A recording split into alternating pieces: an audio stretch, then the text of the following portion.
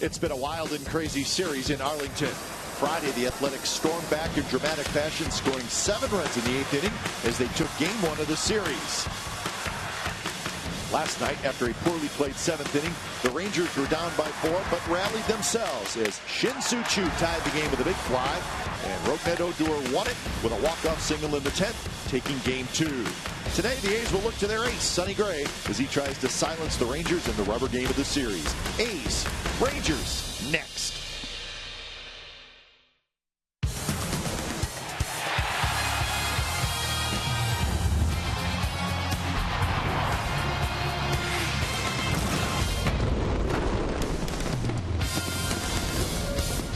Beautiful day for baseball at Globe Life Park in Arlington. Lots of sunshine, and it is the rubber game of the series. It's the Oakland A's and the Texas Rangers. You'll see it right here on Comcast Sportsnet, California.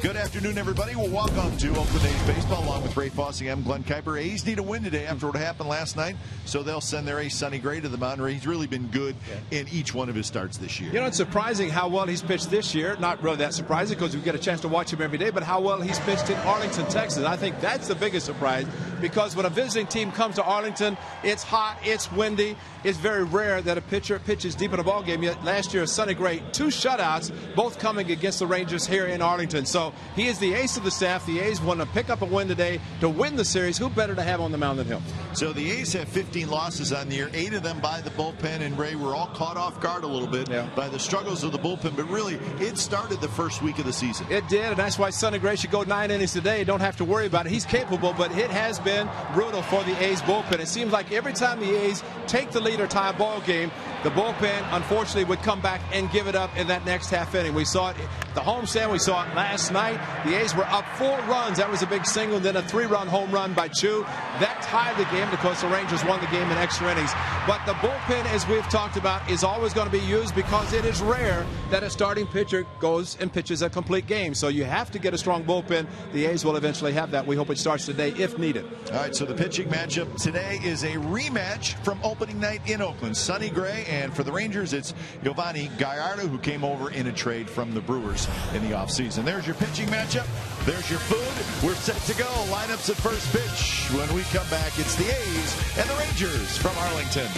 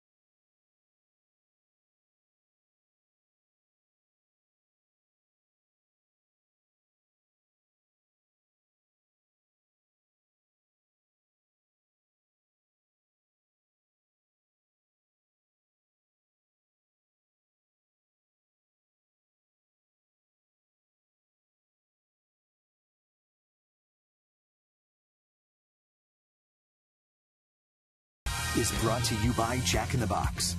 Jack's hottest sandwich is back. Head to Jack in the Box for Jack's Blazing Chicken Sandwich. By Toyota, #1 in MPG, durability, and resale value. Toyota, let's go places.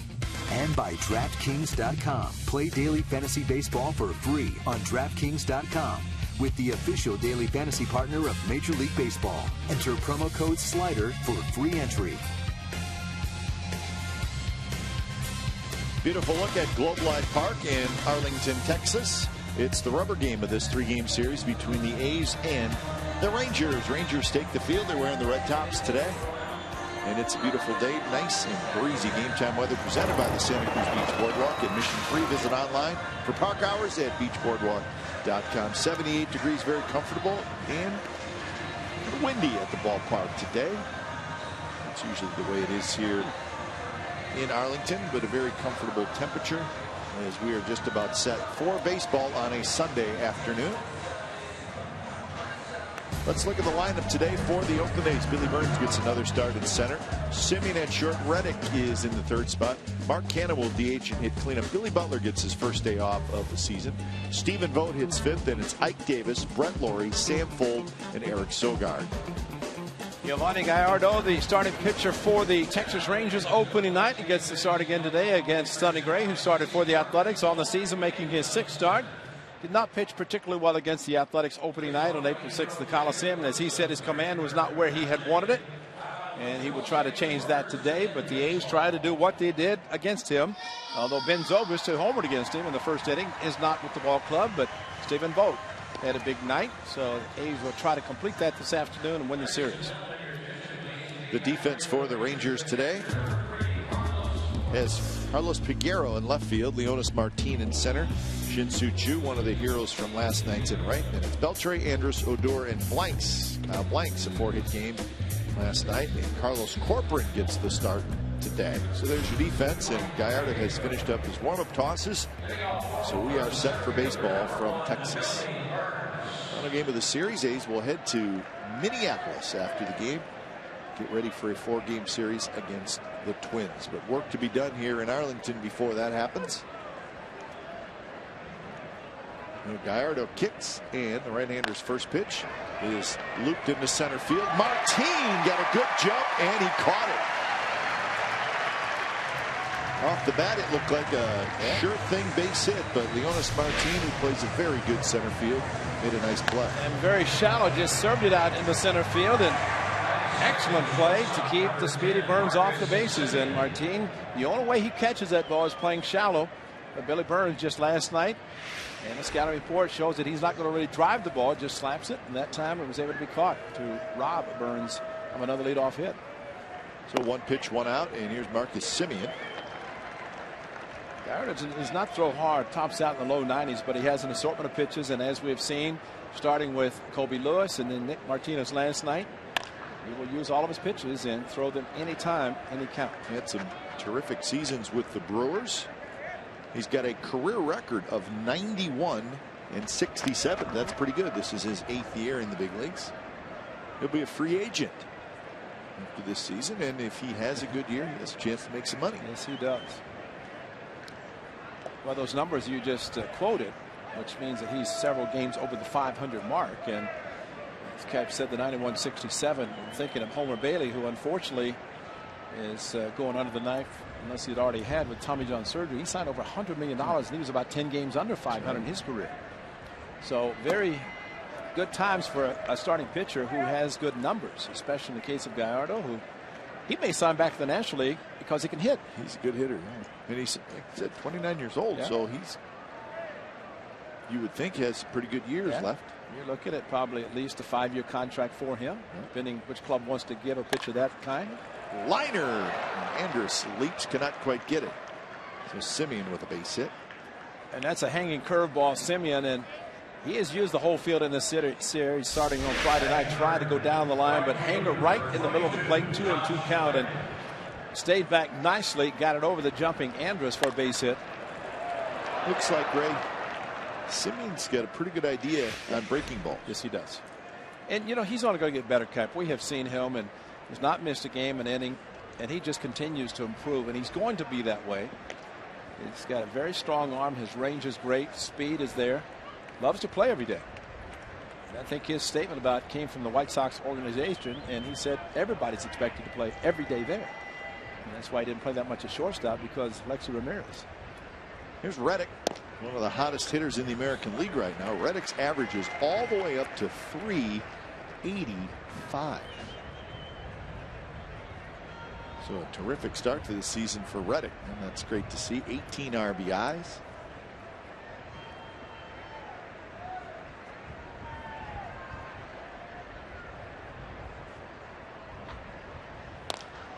It's this one in the air, shallow. Peguero comes in, and Peguero has it for the second out. Well, we talked last night, and Josh Reddick confirmed it this morning. He said, I knew I was not going to get a fastball with first base open. Indeed, he got back-to-back curveballs. It's a hanger from Baz, a 3-run shot. At that point, it was almost comparable to Brandon Moss against Ventura in the playing game last year in Kansas City. That gave the A's a 4-run lead. They figured that was going to be enough, but unfortunately for the A's, they could not hold it, as was the case in Kansas City, and Rangers won the game last night, even the series. So here's Canna hitting in the cleanup spot today.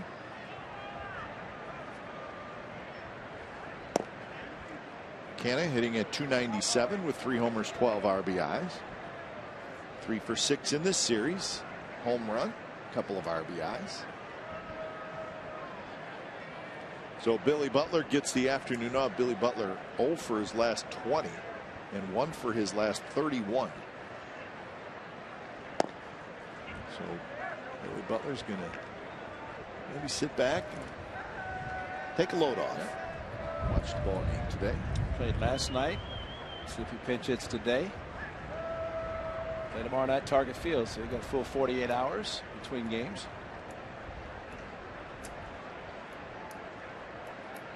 The 2-0 pitch to Canna is a strike in the inside corner. 2-1. Inside part of the plate, and Canna thinking about as the ball came in. Corcoran keeping it in the strike zone.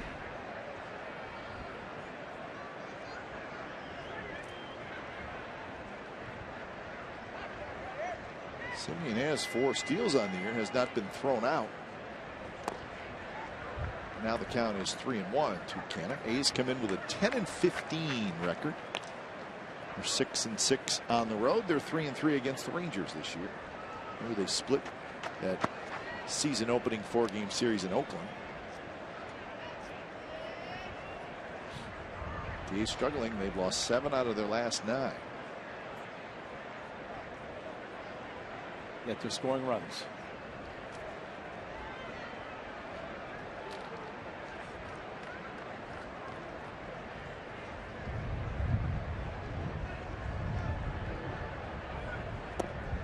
Sinker down and in, and Canna with the walk. So 2 on, 2 out for Vogt. That's a pretty good pitch not to swing at. 3-1. You're geared for a fastball that you can swing, and Canna always aggressive, and I'm sure very excited to be hitting 4th in the lineup today.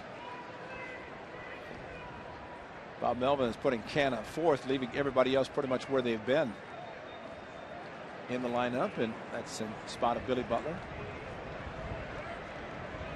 Vogt hitting .343 with 4 home runs, 16 RBIs.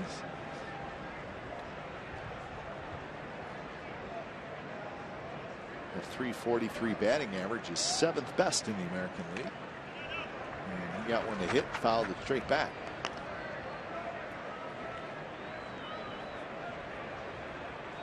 Got a half a night off last night. Yeah, that's right. And so you will always say, I'm not starting the game, but I'm always ready to get in the game, and ended up late. Really, the 3-run home run by Chu got him in the game. If that had not happened, he could have had the complete night off, but he was ready as always.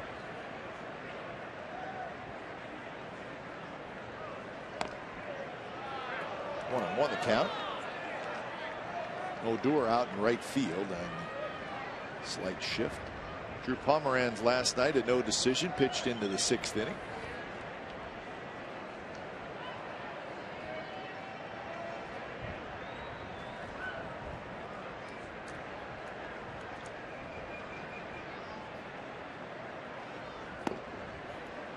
Now it's 2-1. So Gallardo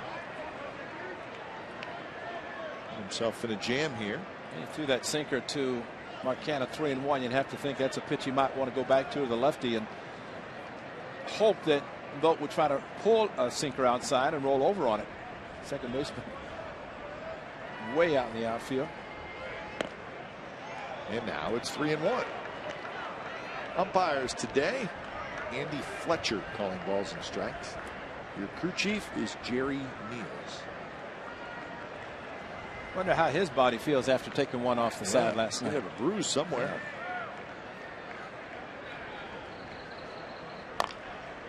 That one bounced, and it's fair. And Blank steps on the bag. Side retired. So Stephen Vogt grounds out. A's strand a pair. Bottom of the first coming up, and here comes Sonny Gray.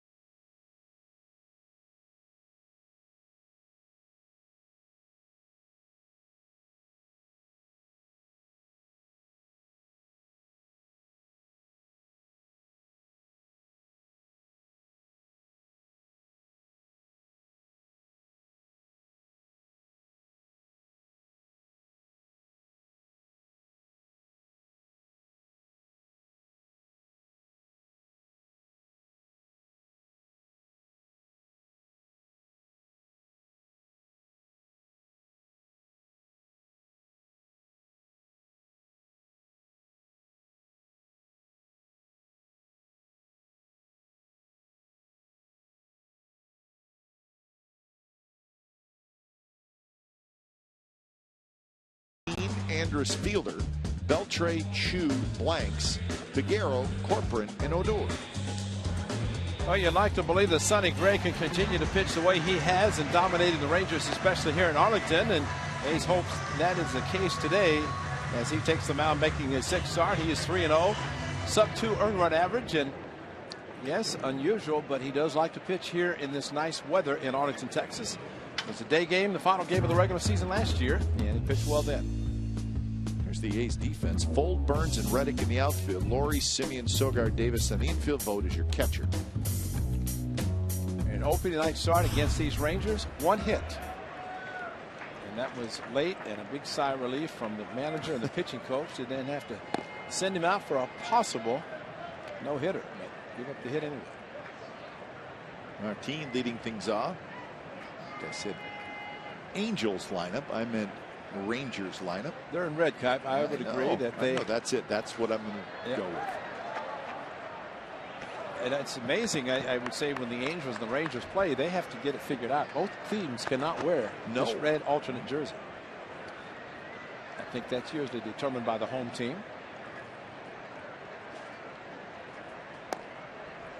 1-2 to Martin, 224, homer, 8 RBIs. He's 1 for 9 in this series. He's got an RBI and he's struck out 4 times.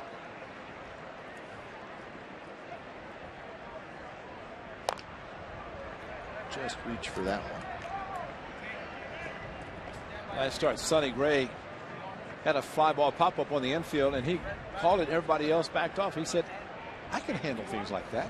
He said, I'm not your pitcher who's not an athlete. He said, I can handle anything around the mound. He is very quick off the mound, handling bunts, covering first base, and in case of the last time, just pop up right in the middle of the field. He said, I got it, took it. Good breaking ball. Martin strikes out for the 5th time in this series. 1 out. Sonny against the Angels last start.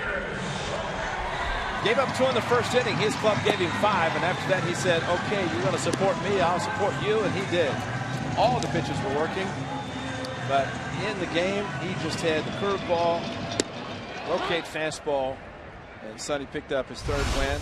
I mentioned the 2 runs in the 1st inning, but you know, interesting, Cap. He had an extra day with the off day, and not surprising, he walked the first batter, Calhoun. He does not like time off. He wants to pitch on a regular turn. You see the number of fastballs, 2 and 4 seam, curveball, sliders turned out to be a huge pitch for him.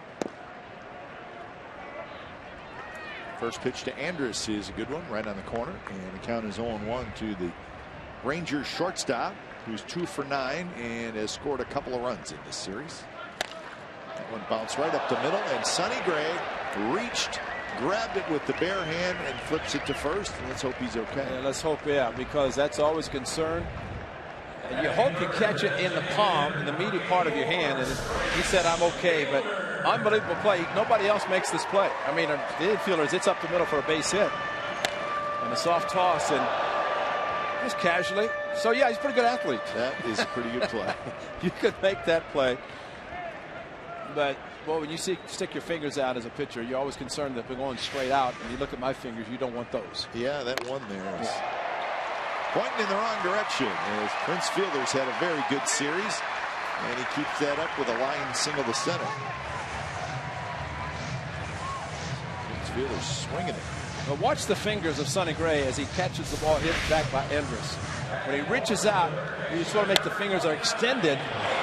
And worst case, you catch it on the fingers or in the palm of your hand. You do not want to stick your fingers out towards the ball and take the chance of it being comparable to a foul ball off the bat. But he seems to be okay, although the first pitch hit hard by Fielder.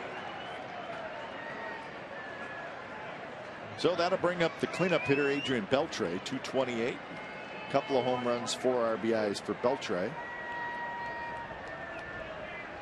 And he has had a good series. He's 4 for 9 with 2 RBIs. So I would imagine the Rangers are hoping that maybe things are starting to pick up offensively. They've scored 13 runs in this series, but they're still 13th out of 15 teams in total runs scored in the American League so far. Batting average as a team just 220. So I would imagine they're thinking better things to come for this offense once guys get rolling a little bit. Second lowest batting average in the majors. Not a lot of home runs, just 17. They're last in slugging percentage, which kind of goes hand in hand with not a lot of home runs. Gray got a glove on that one, scrambles after it, throws in time. Side retired. Busy inning for Sonny Gray. He handles it well, and we are scoreless after 1.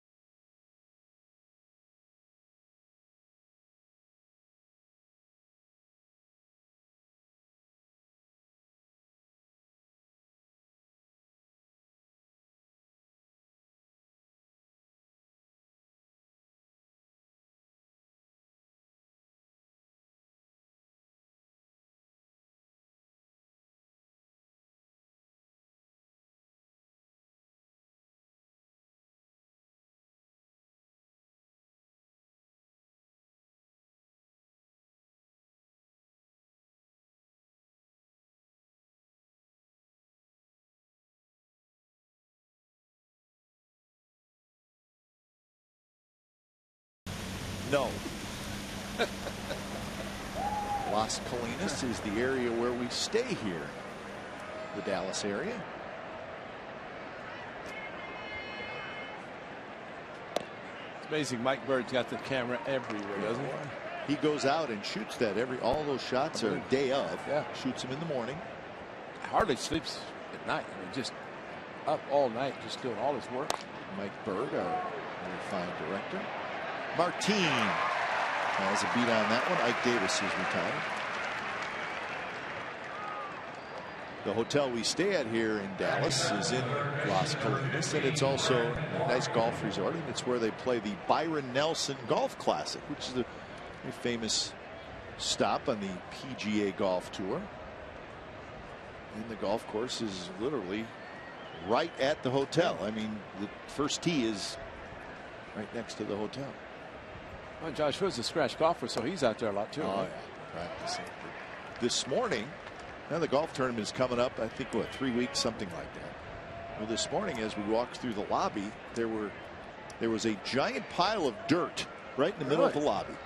Why were they doing that? And they were literally building a putting green. Not a fake putting green, like a real putting green. That's why they were doing all that stuff? Just, for the golf tournament. Wow. So you walk in the hotel, and the first thing you see is this. Right in the middle of the lobby is a putting green. Not fake, not one of these, hey, let's just lay some AstroTurf down. No, it's going to be a real putting green. Like where they were going to water it. Yeah, and just like Charlie Finley in Americana Hotel in New York, put a stable for Something Charlie. like that, yes. So they had just started literally putting that putting green together in the lobby of this big, beautiful hotel. I thought they were recarpeting the lobby, but I didn't know they were doing that. I'm glad that's great information there, because I thought they were just messed up. Somebody spilled something on the carpet. No, they were bringing wheelbarrows full of sand and dirt. That's a real thing. Wow. I thought it would be easier just to throw some AstroTurf down and just go from there. But you know what upsets me when you see a golf course that they're going to play a PGA event on? They start letting that grass on the side of the fairway start growing high. Yeah, that's not good. It's not good for duffers. Us 20 handicappers. Yeah, now that stuff, you need a chainsaw to get through the grass, man. Or to find your ball. Yeah. Nothing else. Odor charges, throws, and not in time. Laurie with an infield hit. Good hustle by Laurie, as always. Well, and anytime a close play, immediately Jeff Bannister out on the warning track. And everybody starts waiting and looking and seeing. And good hustle, great hustle by Brett Laurie. Once he got over Gallardo's head, bang, bang play at first. And back, I think, in his seat is Jeff Bannister, the manager, is hit in the bag and continue to trot down, shake hands with the ball boy down in the right field corner, huh? That's one of my favorite things about Laurie. When he finishes running to first, he does not slow down quickly. No. He just kind of drops or downshifts like, just one gear. You don't want to decelerate so quickly that you hurt yourself. I mean, every time you watch him, they'll say, give me 90 feet. Well, he gives you 90 plus. The way he goes through the bag, but that's great hustle.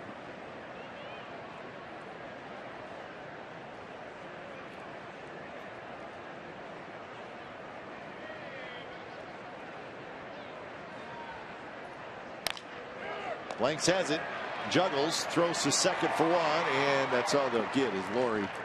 It's like you may have got a little piece of Elvis Andrus at second base. Little juggle by Blanks, and that kind of eliminated any chance at a double play. And that's how you get your shortstop injured, with the double clutch, giving the runner a chance to get him quickly. And I think second and shortstop around the league are going to realize that when Brett Laurie comes into second base, you better beware. He's going to slide hard. This time he slid through the bag, but he did slide. So full the board on a fielder's choice, and 2 outs now for Sogard. Sogard, a couple of hits in this series. He scored a run, 2 for 6.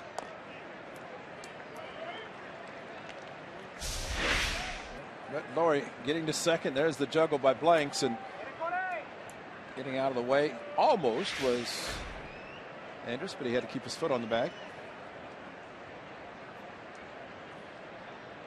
See, what surprised me on that play, there was nothing wrong with that slide. That's just a basic slide, but Andrus really, didn't get his feet kind of out of the way. Usually that's the first thought of a middle infielder. Get your feet up or get in a position where you can clear out. Maybe he wasn't sure that Laurie could get to him.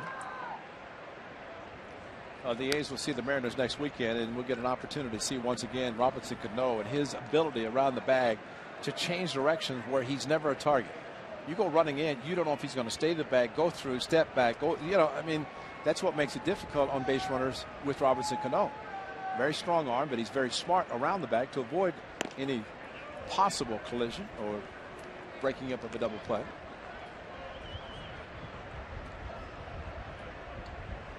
2-1 the count to Sogard.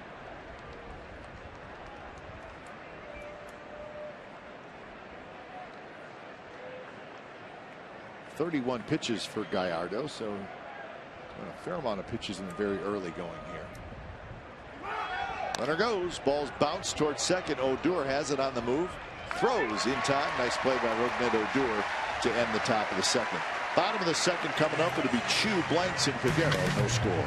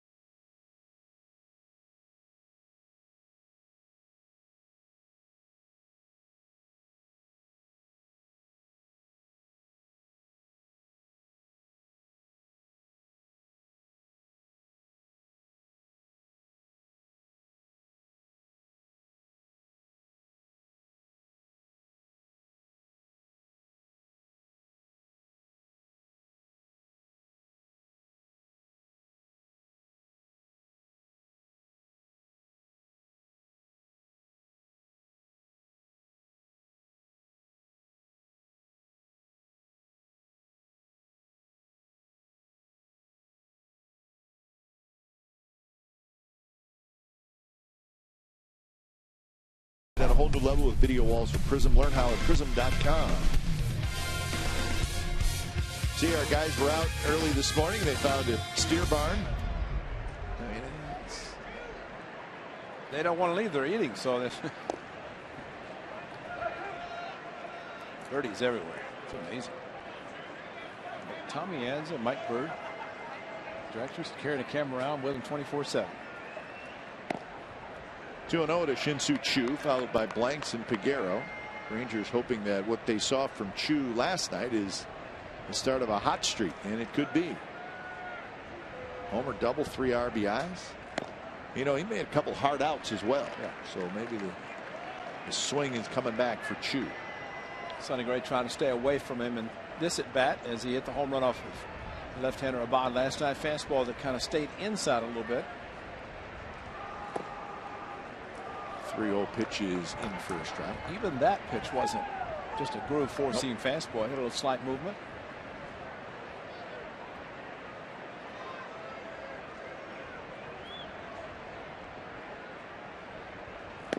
And a bit high, and it's a leadoff walk to Choo. And against Fernando Abad, the A's up by 3 runs, and this one shot. A 3-run home run by Shin-Soo Choo. Prince Fielder picked him up, thinking the 7th game of the World Series. So happy. And that big home run that tied the game. At that point, it looked very difficult for the Athletics to try to come back after they had the 4-run lead late. So here's Blanks. Blanks hits one high in the air. Burns, shallow right center. He's got it. You know, for him to put his hands up like that is scary, because that's an indication I don't see the ball.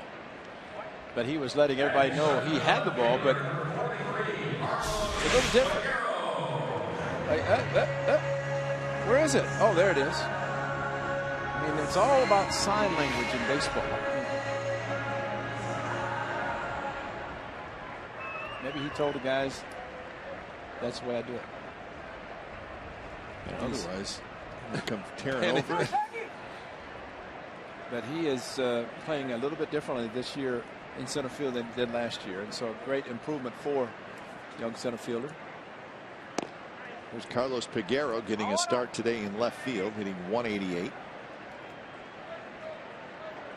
With 6 hits and 32 at bats, 4 doubles.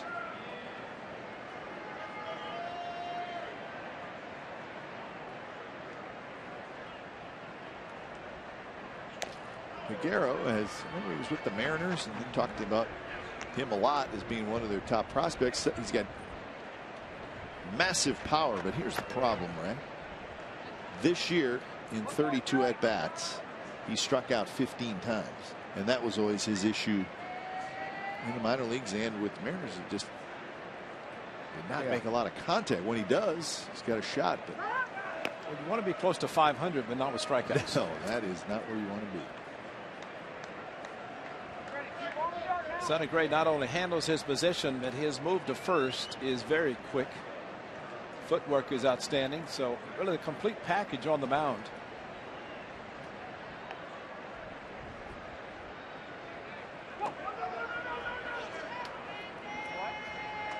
On deck is Carlos Corcoran. Stephen Vogt, the breaking ball. Somebody's yelling no. I think Chu realized that the ball was blocked nicely by Stephen Vogt.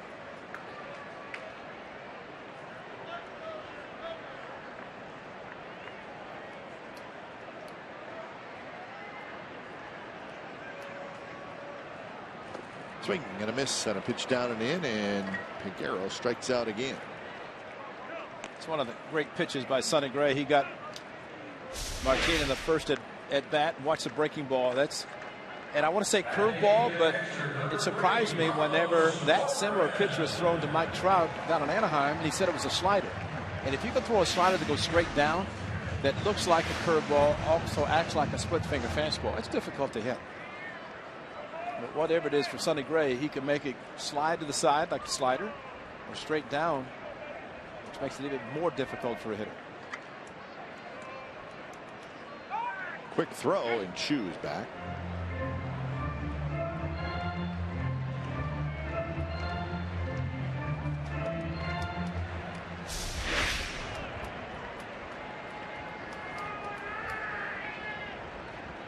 I wonder what he does when he hits a home run. I don't know.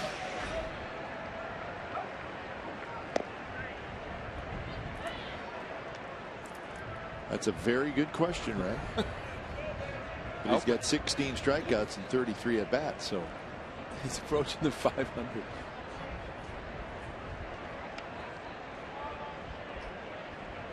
Oh, and 1 the count to Corcoran. Chu has a pretty good lead at first. Missed inside. Corcoran's a switch hitter. Got a home run, 214 batting average with the Astros last year. And he has to be wondering if they traded me and they got better. Was I the reason? It was all my fault. They got Hank Conger along with Jason Castro, the everyday catcher. Conger also a switch hitter. Talk about that slider from Sonny Gray. Very interesting. Percentage of Ks. Boy, look at the increase. Chase, which means how often are they chasing it out of the strike zone? And so all of a sudden, a slider to the arsenal. And you know, you can throw it to left-handers, as he may have thrown to the couple of lefties that he struck out already today. That's down and in, go to the back foot, and hitters have a tendency to swing over a pitch like that. And I would imagine, Ray, if he's starting to throw more sliders, we'll probably see less of the big curveball. Although that's still a good pitch for him. Well, normally one of the pitches affects the other. You usually have a good curveball or a slider, maybe a curveball or a cutter. But if you have a true slider, but it's nice to have both that you can go to. And I think really with the slider breaking almost like a curveball, it's the same type of pitch. Corcoran rips one down the right field line, but foul. Now that was the same one. They'd struck out the two batters, but it stayed up. Did not break sharply to the back foot.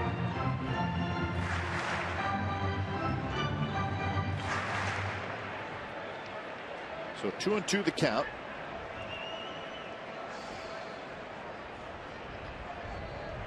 Everybody plays Corcoran to pull a little bit.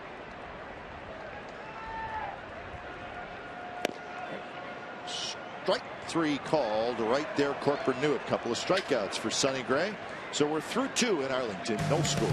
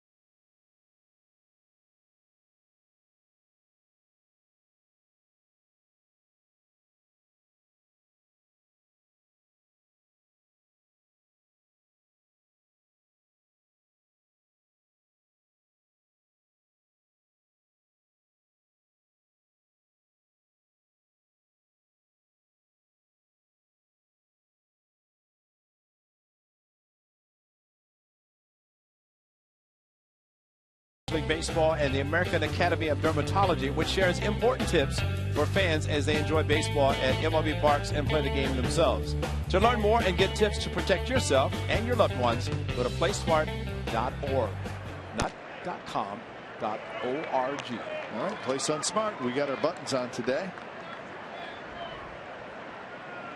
Sunscreen, the best thing you can do. And players, Little Leaguers handed them out to the players before the game. Burns is going to have an infield hit. Speaking of Burns, that's what can happen if you don't wear sunscreen.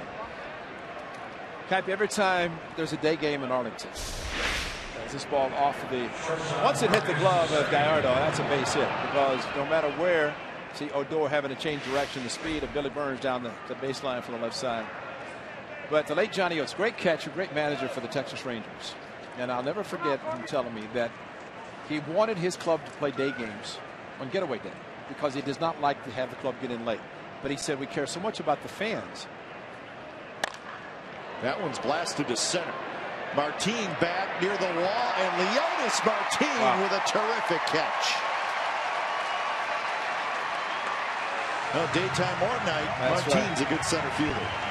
Well, he robbed Billy Burns, the first hitter, and then took an extra base hit away from Marcus Semien, who crushed the ball. But man, if that had been to the left center bit a little bit more, but he plays so well. Great jump, great angle going back at the ball near the warning track, over the shoulder catch, and a great play and getting the ball back in. Billy Burns was around second actually and started to head back, but a great defensive play by the center fielder who can cover some ground. Also a very impressive arm. He loves to show off his arm. So a big play there. And now one out for Reddick. And as you were saying, but Johnny Oates said if you look around the stadium, see all these fans that have to sit out in the sun all day, 3 hours while the game's being played. He said players can go in the dugout, air-conditioned dugouts, but he was always concerned, and the Rangers always concerned about the fans, and the fans literally are fanning themselves today. Looks like a blue shirt giveaway today, as the fans in the stands have the blue shirts on, and maybe there was a fan giveaway as well as part of the play Sung Smart. Johnny Oates, what a great man. Great man. Unfortunately, passed away. And well, the Rangers had that great run in the 1990s. They were in the playoffs in 96, 98, and 1999, and they had a powerful team, and those teams were managed by Johnny Oates. That's right. Where they had some thumpers, didn't they? Yes, they did. Come in here, and who knows what was going to happen. Matter of fact, we were here when they clinched, and they were that good, and unfortunately could not get past the Yankees in postseason, because that seemed to be their demise, at least during that period of time. The Rangers, as an organization, have been to the postseason 6 times. I mentioned those 3, and then of course 2010, 2011, and in 2012 when the A's came back and caught them at the end of the year. They were a wild card team. 2010 they lost to the World Series. In 2011 they lost to the World Series. So that is their postseason experience, and they've been here since 1972. From Washington, the Senators. Ted Williams game. The manager. The old park, the old AA park.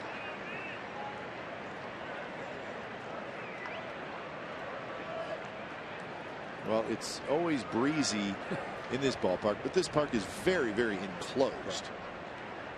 The old ballpark was about 100 yards away. I can imagine how breezy it was in that park, because it was pretty wide open, right? Well, it was. It's a AA park. Didn't have the high like this one in center field all the way around. I mean, you talk about bowls of stadiums, but this with the apartments, the offices in center field, but high above you see the flags blowing in. I was thinking, Cap, I'd love to see a center fielder pick up some grass just to see which way the wind is blowing out there, because we're feeling it coming in the booth. Is it hitting off the backstop and going back like it did at one time to create the jet stream? I don't know that it is, but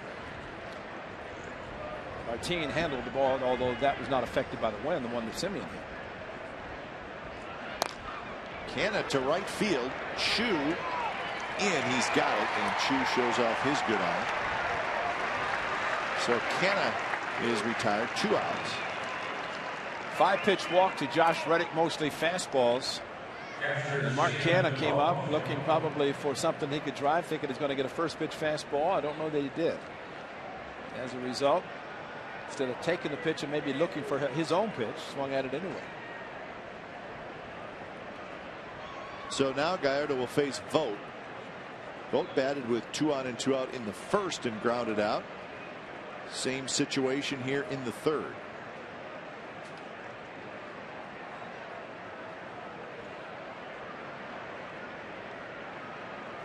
And Vogt's been so good in the early going in clutch situations. Runners go. They're going to throw to second base, and Reddick is out. Wow. So they went after the back runner, which is not a bad idea, since the front runner is Billy Burns, one of the fastest guys in baseball, and they got Reddick. And Bob Melvin saying, hold on, let's wait just a second and see if he got in, because Reddick thought he got in. We shall see, but this is not a surprise, because this usually happens with the trailing runner a little bit slower, but the throw right on the money and handled by Andrus, and he's out. So Reddick thrown out, no scores. We go to the bottom of the third.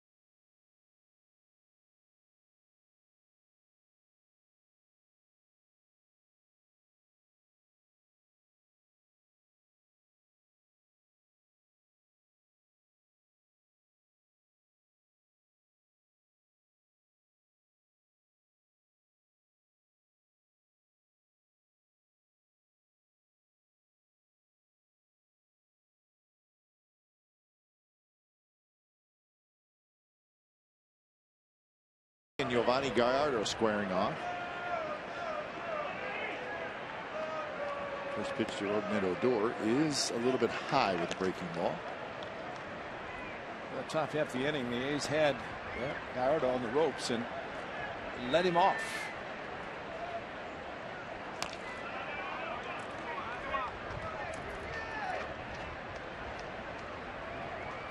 Odor with the game-winning hit last night.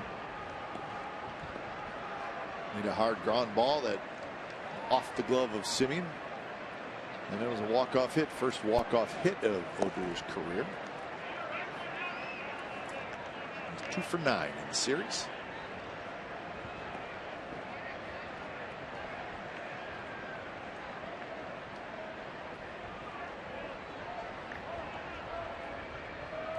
And a sharp breaking ball. Odor strikes out. 4 strikeouts for Sonny Gray, and that gets us to our true story, and it's brought to you by McDonald's. September 28th of last year, last day of the regular season, the A's needed a win and they got it. Sonny Gray a shutout to clinch the second wild card, and it happened right here in Arlington.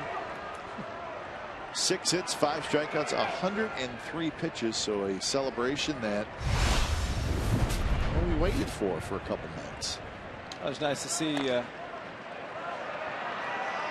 Adam Dunn, not in the middle, his first postseason, and unfortunately didn't get it back. The A's with complete game shutouts here in this ballpark. Sonny Gray, we just showed that to you, Dallas Braden in 2010, and Brett Tomko when his arm was literally falling off in 2000. And we remember Dallas Braden. Remember he walked off and he said, "The ninth is mine." The ninth is mine. That was great. The ninth is mine. He started saying that before his final pitch of the 8th crossed home plate. Well, we assume the night was a wonderful night in Stockton last night with the retiring of the number 50 of Dallas Braden by the Stockton Ports. So Dallas Braden still lives. He's doing well in the media business, TV, so not surprised there. But when you say I have to retire because my left shoulder is shredded, that's not a good word. That's not a good sign, good word for a pitcher to say his shoulder shredded. 2-0 to Elvis Andrus. Andrus hit that ball back to Gray in the first inning. Sonny reached for it with his pitching hand, grabbed it clean, and threw to first.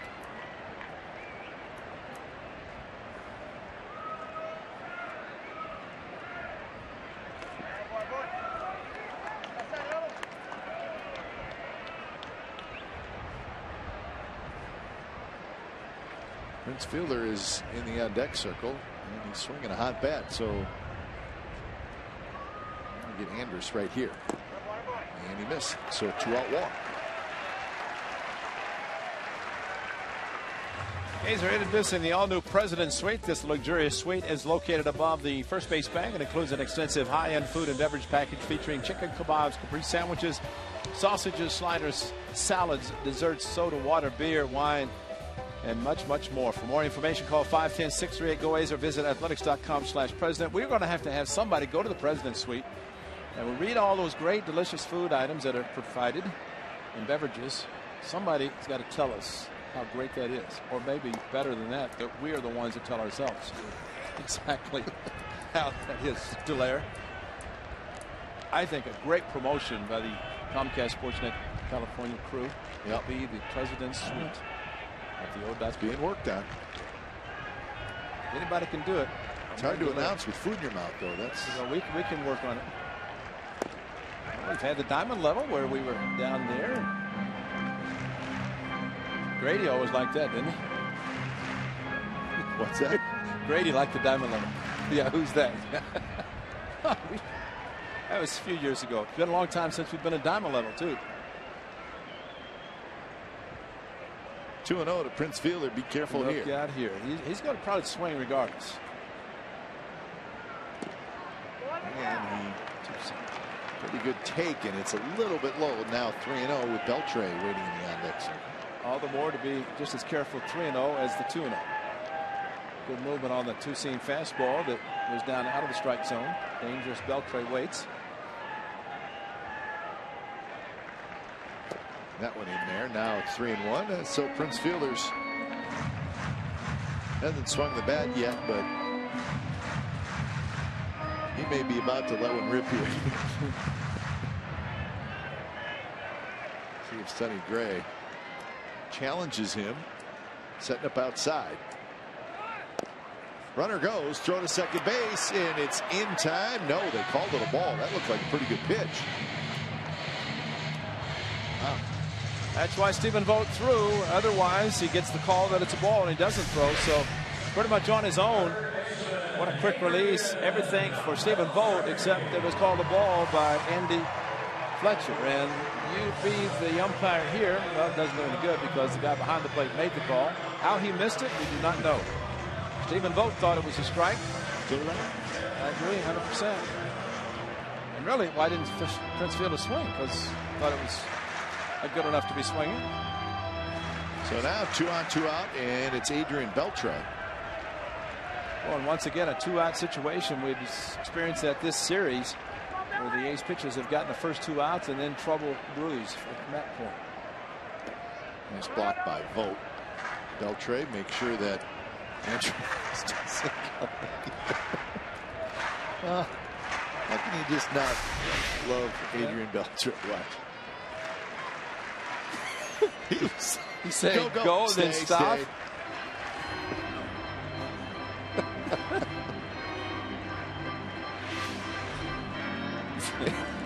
So when Beltre retires, he won't need to work, but if he ever wants to be a third base coach, they probably won't hire him because you got a guy stopping and going at the same time. That's not going to work.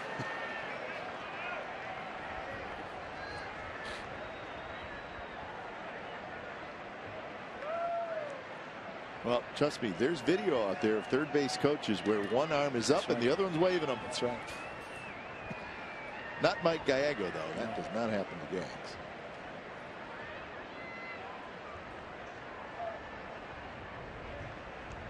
1-0 pitch, swing and a miss. So take a pitch to hit for Beltre. Slight cut action on the high fastball. Maybe just enough movement. But you're right, more probably of a two-seamer coming back than cutting away from it. Beltre bounced back to the pitcher to end the first inning.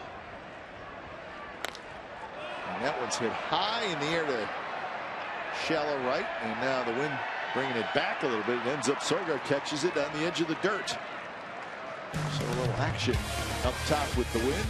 Rangers do not score.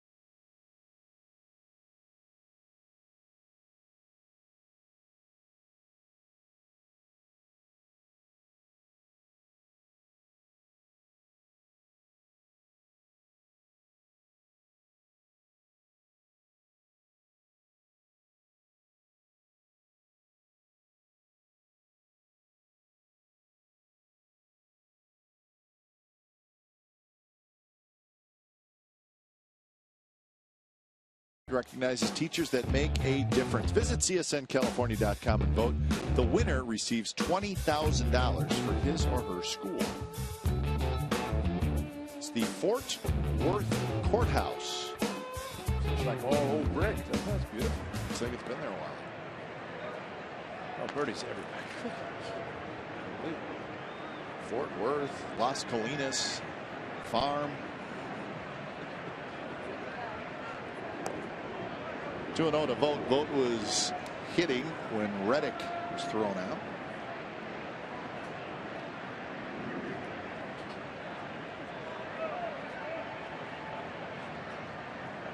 Now 3-0. Time for our daily Houston Astros update.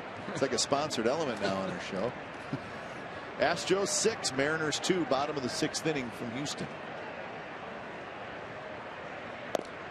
And we say that jokingly, but it's really become quite a story, Ray. Sure. The Astros are looking for their 10th consecutive win. 9 in a row the Astros have won. And a leadoff walk. Oh, and Stephen Vogt, you just watched the at-bat that time by Stephen Vogt. It's almost, I mean, when you get it in such a groove, he's taking pitches that pitchers are hoping it is swinging. That's the way the West looks right now, and it's getting ugly for the 4 teams below the Astros because that number for some of those is going to be double-digit pretty soon, and that's not going to be good. Astros have hit a couple more home runs today. Gaddis and Carter. Remember, they hit 5 home runs last night in their win over the Mariners.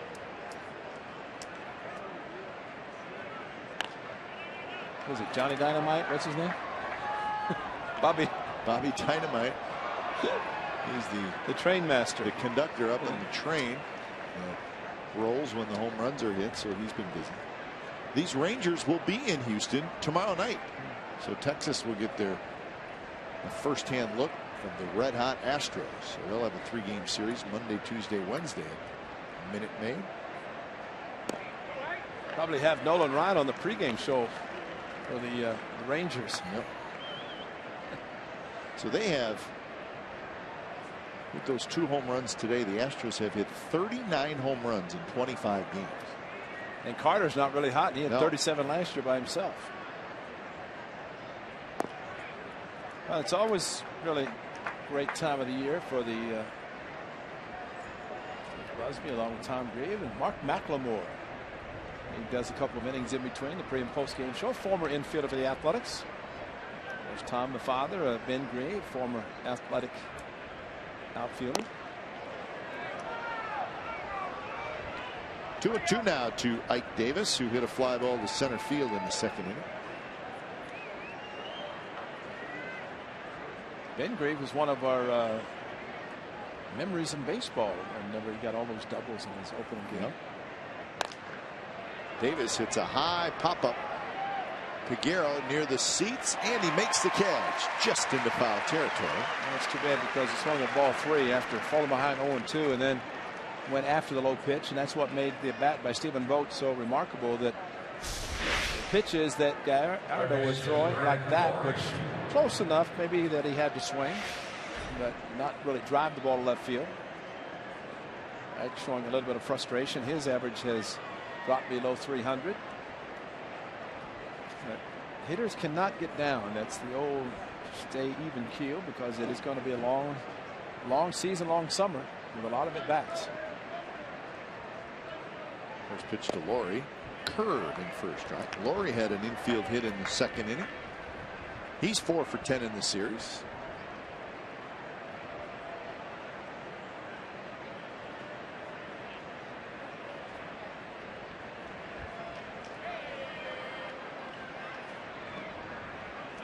Chirinos blocks it and then has to scramble after it. Corcoran saying, "Oh, to Laurie, were you telling him to run? Because I did put a pretty good block." Corcoran getting down and blocking him, moving him out of the way.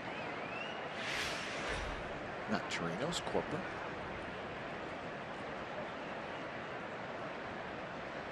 So 1-1. Setting up outside. Close to hitting the spot, just a little low. But you see how Corcoran, he's done it a few times where he catches the ball low and brings it up quickly, almost as if he's bringing it up, showing the umpire. Umpires should and will watch the ball cross the plate, the height, not look at the catcher. And I think just when umpires will tell catchers don't do it because it makes everybody else think it's a strike when it's not. Sometimes guys do it too much too, right? Well, exactly, and it does upset the umpires, and more importantly, it's say the Rangers dugout looks and say, wow, that's where he's holding the mitt, that's a strike, but really it's not. And there's a way to try to pull the ball into the strike zone, but you don't want to do that and then hold it. So full count. Vote the runner at first.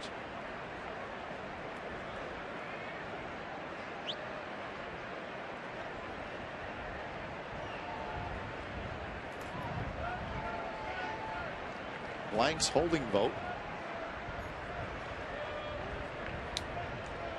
He's not going, and the ball's grounded towards short. They get the out at second, and that's all. So Laurie sounded like he broke his bat. He's out on the fielder's choice. So 2 outs here in the top of the 4th, and Sam Fuld will hit. Gallardo 5 hitters, and it's got a 3-ball count. 3-1 to 4, and a 3-2 to Brett Laurie on the ball that was in on his hands.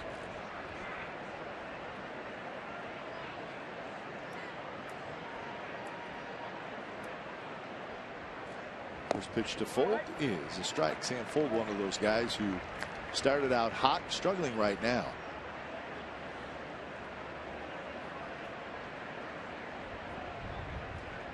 Sam is 0 for his last 7 and 7 for his last 53.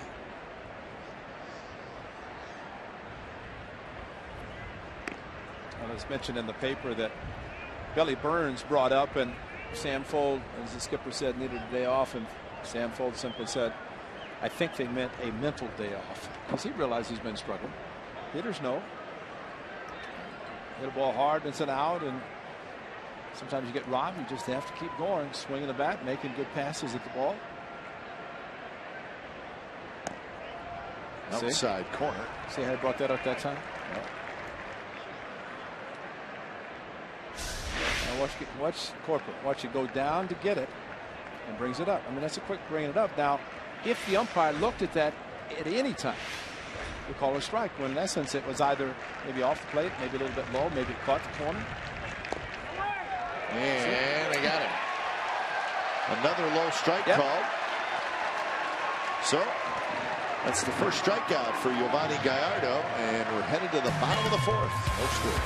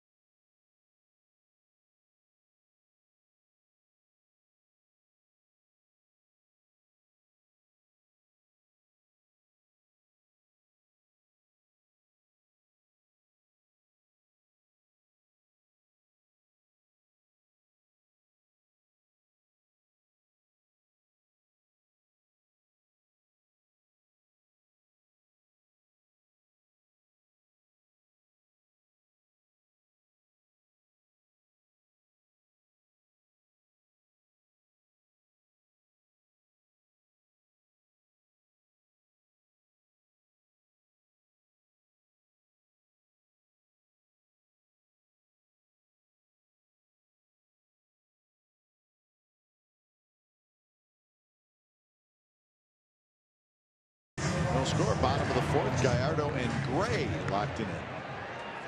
Pitchers duel. Sonny with 3 walks and 4 strikeouts. He's allowed just 1 hit so far. If Gallardo was talking about poor command in his first start, he's regained his command today. Sonny Gray trying to match him because a little bit different than the opening night at the Coliseum. Chu drives one. Left field hit pretty well. Fold hustling back. He's going to play it off the wall.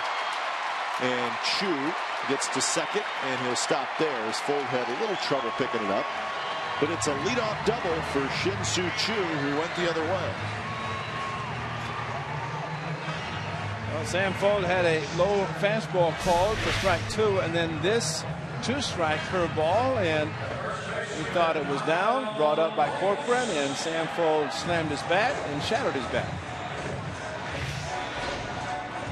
But the ball off the wall, remember that the out-of-town scoreboard, that's kind of a, it's not quite like Fenway Park, but it's not a true bounce off the wall. And once it hits, it's almost like a screen to protect it. It drops straight down, does not carry him off the wall back to the outfield.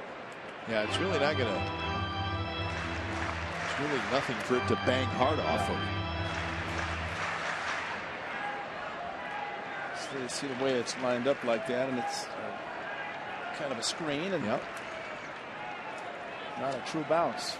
Maybe true, but straight down. Blanks checks his swing, 2-0. So the Rangers with a good opportunity. They've stranded 4 in the first 3 innings. Blanks hit a fly ball to center field in the 2nd inning. Peguero is your on deck hitter.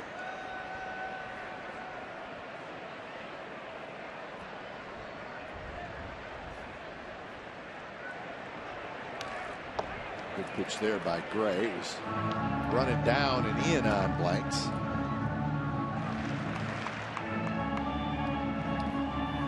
So this will be pitch number 50 for Sonny.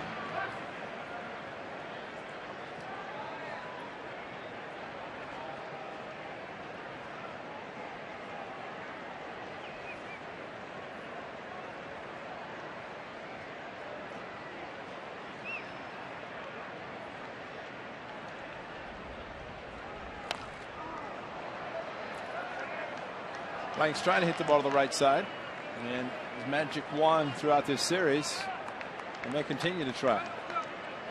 Came in all zeros across the board. Average, home runs, RBI, nothing. But he's had a good series against his former team. Of course, not been in the big leagues that long. So 2-2. And it goes through Vogt, and that's going to allow Chu to go to third. So in the dirt, Vogt could not block it. Well, unfortunately, a curveball has a tendency to bounce, but sometimes it would do this, and that's hug the ground.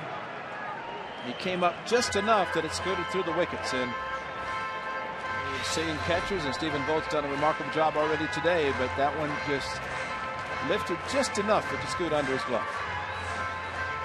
Yes, Ray, I mean, if it's a slider or curve, obviously the ball is spinning so much it hits that dirt, and it's going to move a little bit. But it usually pops up, and that's why it allows the catcher to block the ball.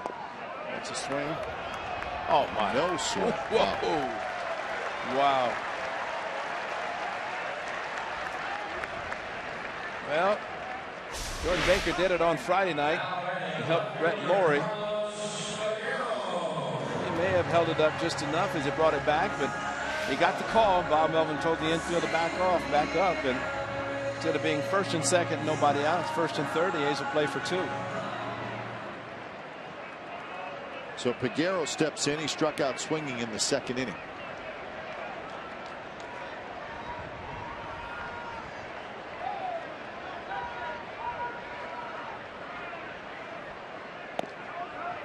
Ball a bit high. So 4 walks and 4 strikeouts for Sonny Gray so far.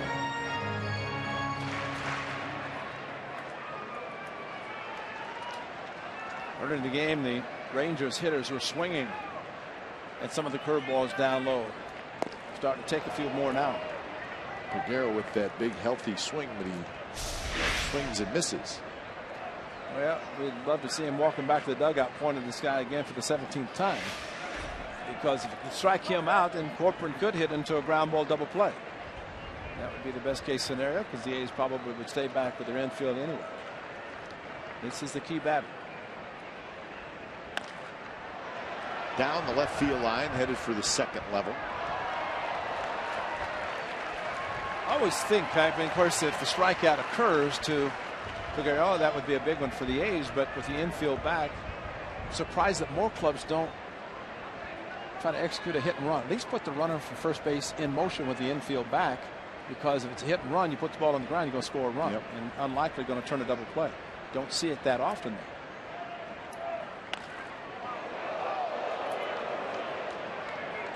Well, heads up down the third base line. He was late on a fastball, maybe thinking about the slider that he swung over in his last at bat, which is a slider hard down and in.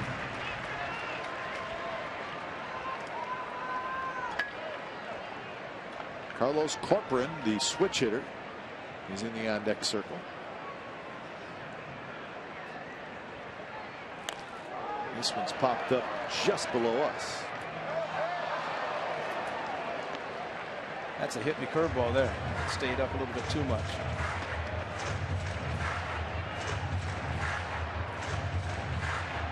Sonny Gray has got to work today, and he has spent a lot of time in the stretch.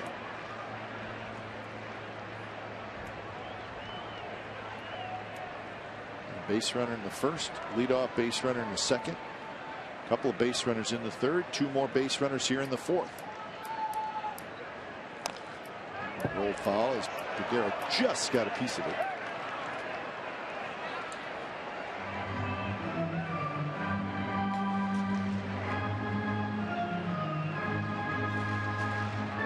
So Sonny Gray needs a strikeout.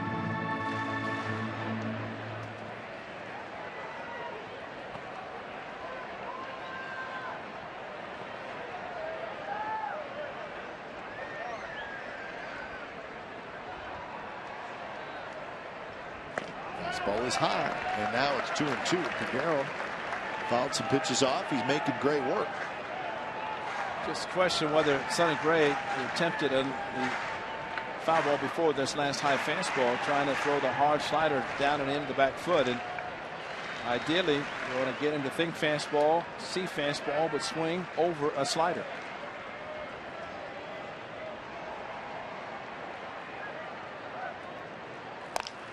And that one was rolled just foul. Like Davis went for the backhand, but it was foul. I have to wonder too, after the ball that scooted out of the catcher's mitt, Stephen Vogt with the run at third, whether the concern is, well, if I throw it hard and bounce it, sure, is it going to be blocked? But that's the pitch that has to be thrown, because you cannot take a chance of elevating what would be the ninth pitch in this at bat.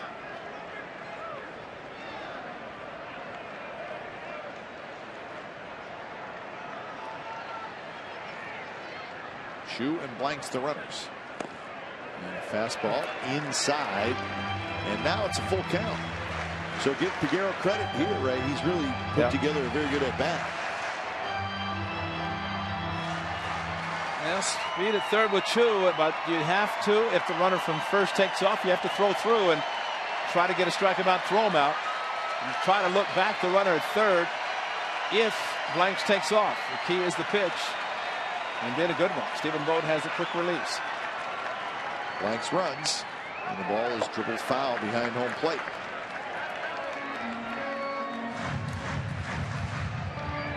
Sonny has to pay a little bit more attention to blanks. Cannot afford to give him such a huge jump off first base. Granted, he wants to concentrate on the hitter. 10 pitches in the at bat. He's thrown him everything. Struck him out on 4 in the first at bat. Quick throw, and blanks just gets back.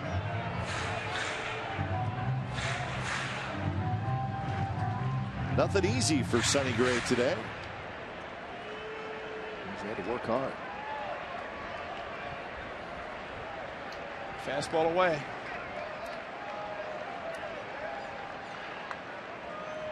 Runner goes. Pitch is there. Strike 3 called. Vogt dropped it.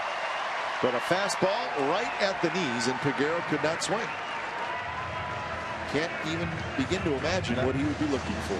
Especially after seeing 10 pitches and takes the 11th right there. Stephen Vogt is so quick. The transfer, and he was thrown to second. He just could not come up with the ball cleanly enough. And Bob Melvin is going to go talk to Sonny Gray, and this is about Corcoran. He struck him out. Matter of fact, he struck out 3 consecutive batters in Peguero, Corcoran, and Odor in the 2nd and 3rd inning. And you could pitch carefully to this young man and take the chance with Odor. Tough to double up, but then turn it over to Martin at the top. So the strategy in this 4th inning with a couple of runners on in scoring position. Infield will come in. At least partially. Still got halfway at second.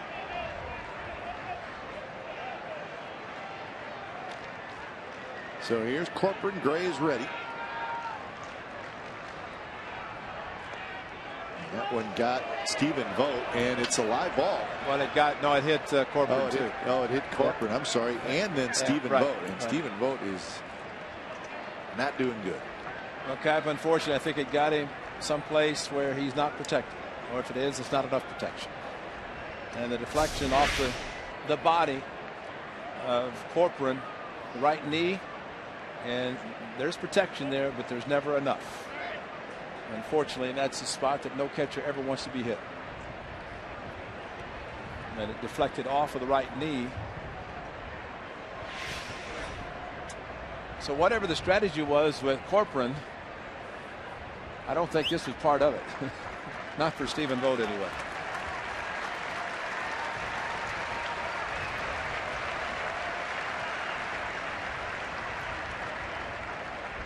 So the bases will be loaded with Odor, the hitter.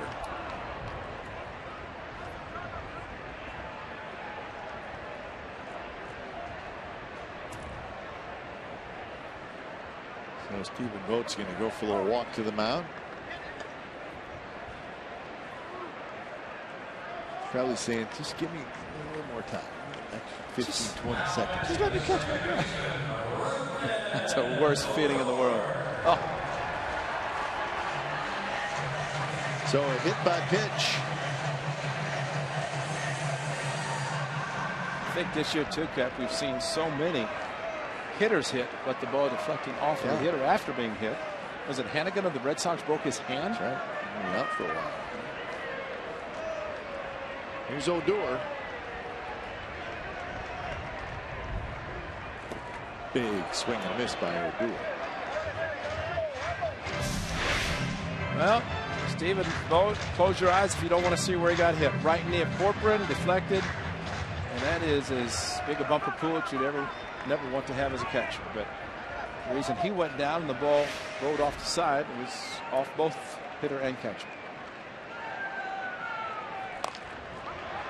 Davis has it, fires home. They get the out there. So now Sonny Gray 1 out away from getting out of this jam.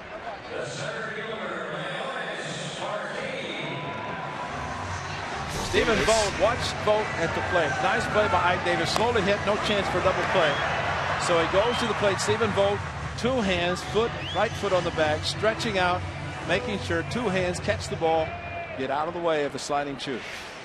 That'd be like a middle infielder trying to turn a double play at the plate.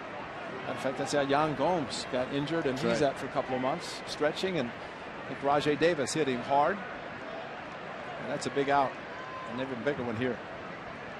And this is Leonis Martin. First pitch, it's a good one. Curveball snaps in there for a strike. Blanks at third, Corcoran at second, Odor is at first. Interesting that Leonis Martin is questioning Andy Fletcher on his call, but yet if he looked at Sam Folds' call the previous top of the inning that struck him out, that was almost belt high by comparison. That one inside, almost got Martin. So 1-1 the count. Well, this cut fastball almost the belt buckle or the bloused uniform top.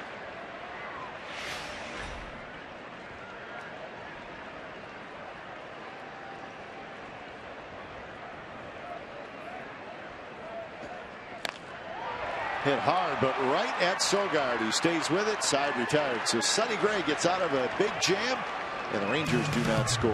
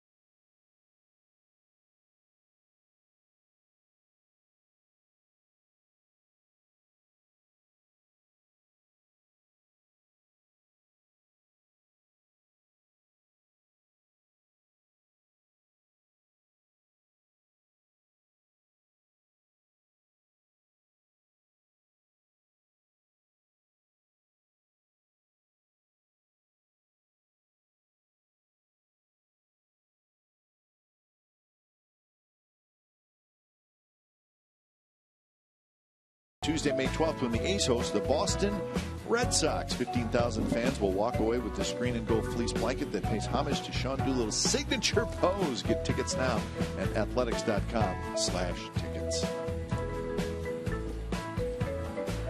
Sean Doolittle on the road trip.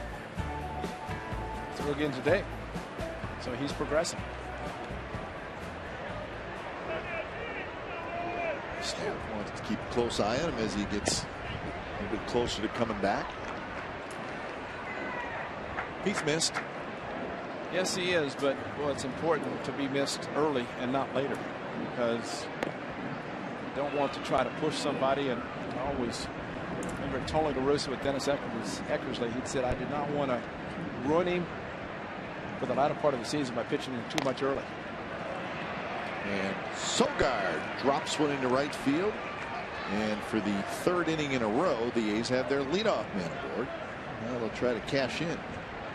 A's have stranded 5 through 4 innings. Sogard continues. Low fastball and drives it into right center. But sure-handed at second as he ended the bases loaded bottom of the fourth and starts the top of the fifth with a single. So here's the top of the order, and Billy Burns. Burns a fly ball to center.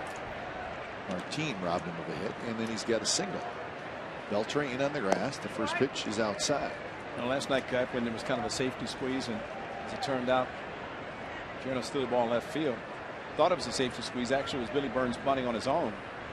And one of the concerns with someone who has speed as Burns does, it's tough to double him up anyway. So why you want to give yourself up by bunting? And that's kind of a learning process for Billy Burns. Gallardo off the mound. He's going to get the out at first.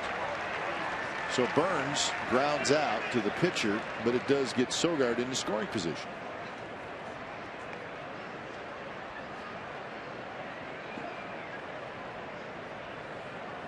Rangers with a leadoff double last inning. Could not score him. Great pitching by Sonny Gray. Very good defense. Now he has a couple of opportunities with two of the hottest hitters at the plate, trying to plate at least one run for the A's.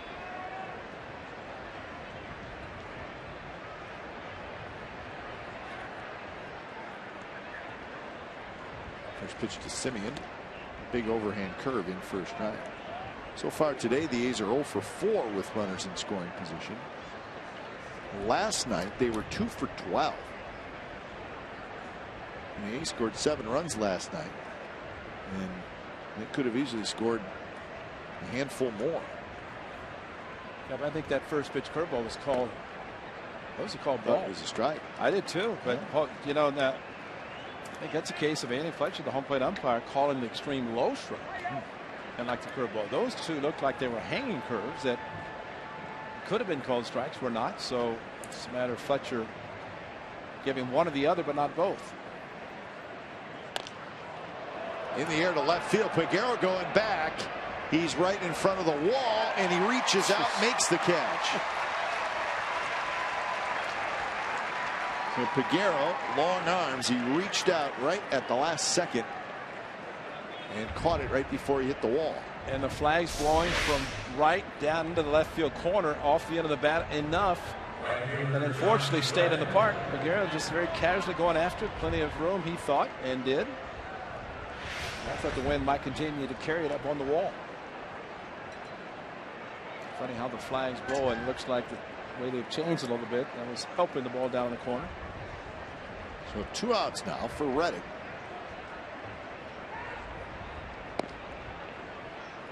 Reddick has hit a fly ball to left field, and he has walked.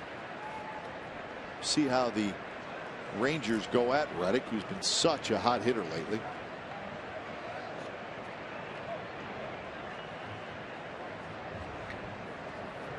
Be surprised if they're careful with him. Canna is the on deck hitter. Andrus knocks down the one hopper. He throws, and the ball gets away, and the A's are going to get a run.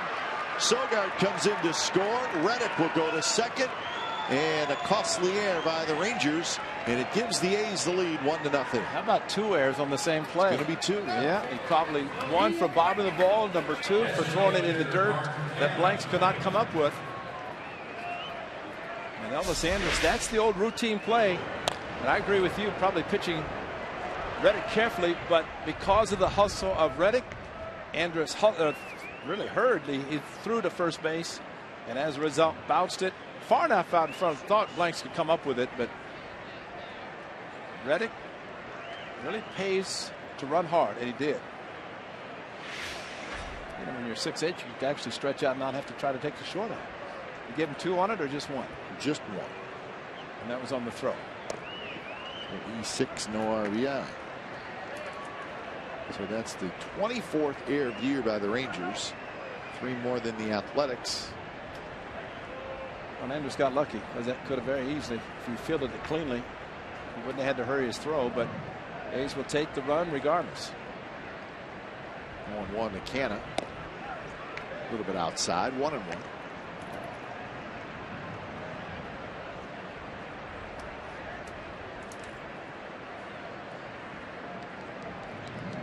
Gentlemen here at Brian Hill from Nashville, Tennessee, where the Nashville Sounds are. That's right.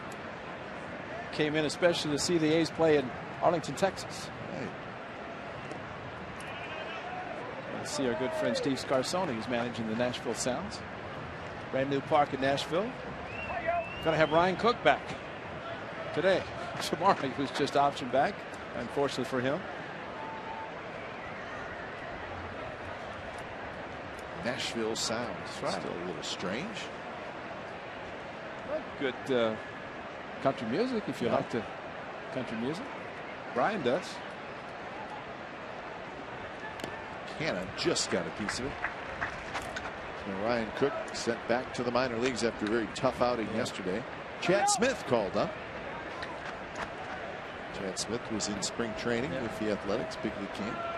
Actually pitching well enough. Thought maybe he would come up during all these moves that the A's been making for the bullpen, but Ryan Cook got a chance and pitched great for the first time, but unfortunately the last 2 and elevated his ERA to about 10. And so we wish him well to get everything back together and get back here. Andrus backhand straightens up, throws in time, side retired. So a costly error by the Rangers, and the A's capitalize. So bottom of the 5th coming up. It's 1-0 Athletics.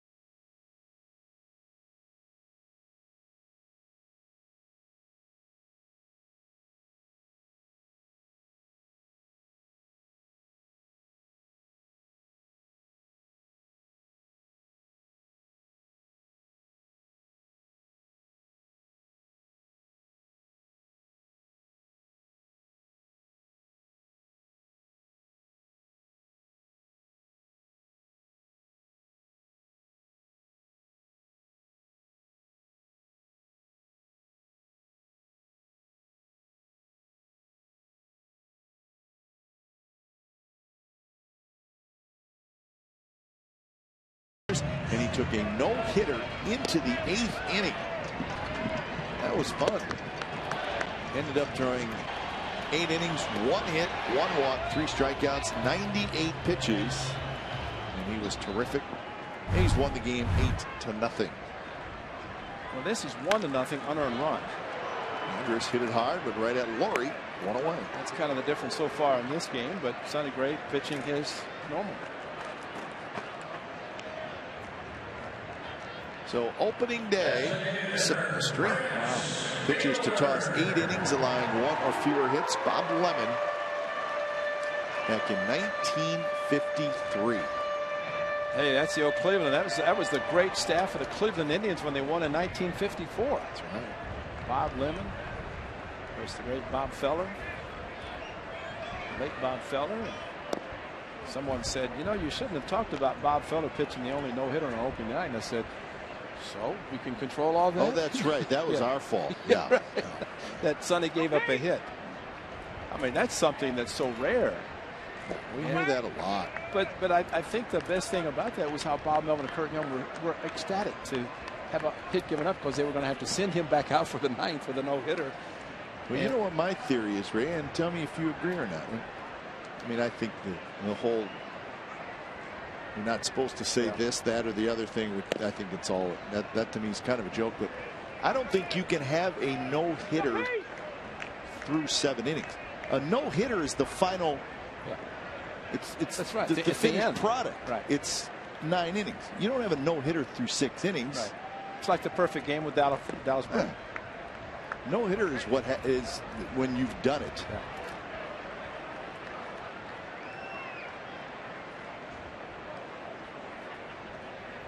Three and 1 to Prince Fielder, who has singled and walked. And that one on the outside corner, 3-2. Did you hear that? Craig Gentry was ejected by Andy Fletcher. I guess. All right, check him off the scorecard. John Blake just announced that. He said, I guess during that maybe low strike call to Sam Fuld, Gentry let it be known he didn't think it was a good pitch and was ejected. Simeon has it, and Fielder's retired.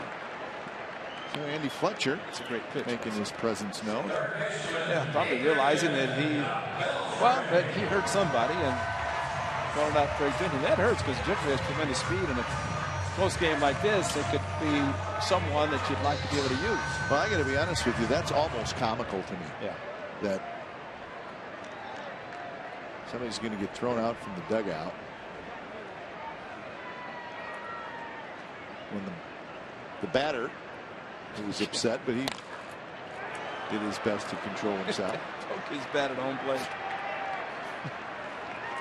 What is going on, Ray? So a good inning for Sonny Gray as the A's lead 1-0 after 5.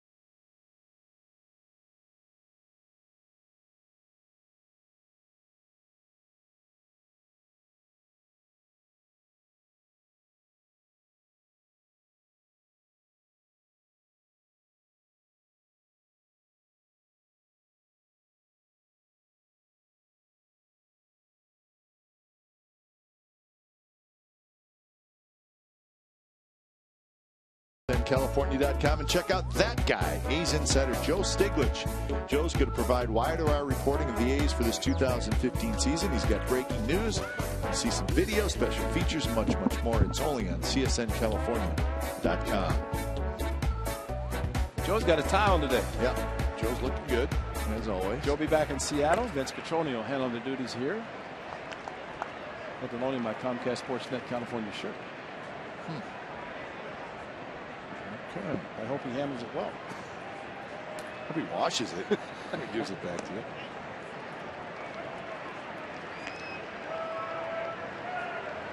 That's the man. Most important. It's good to see him here. That's not Joe. That's Uncle Sanch. Joe Stiglitz. 1-2 to Stephen Vogt. Vogt, Davis, and Laurie. A's clinging to a 1-0 lead behind Sonny Grant.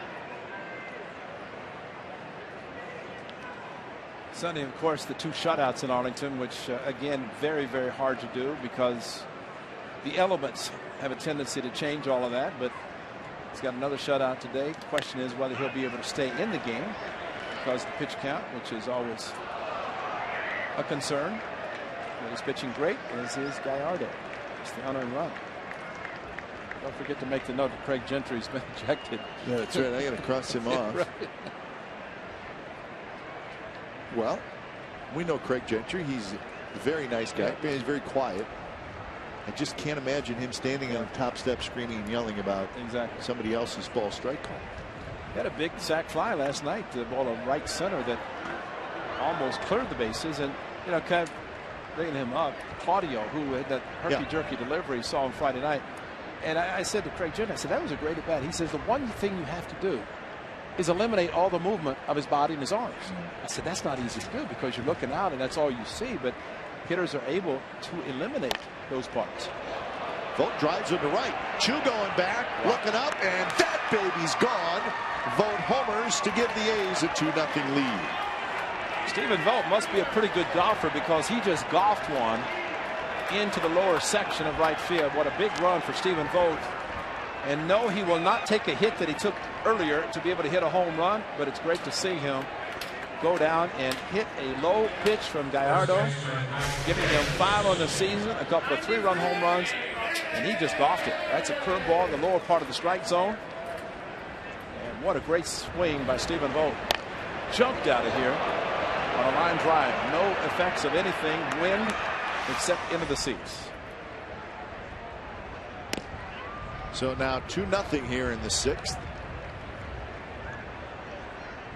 Ike Davis hits. Davis a fly ball to center, a foul out to left. For Gallardo, that's the 4th home run he has allowed this year in 32 innings.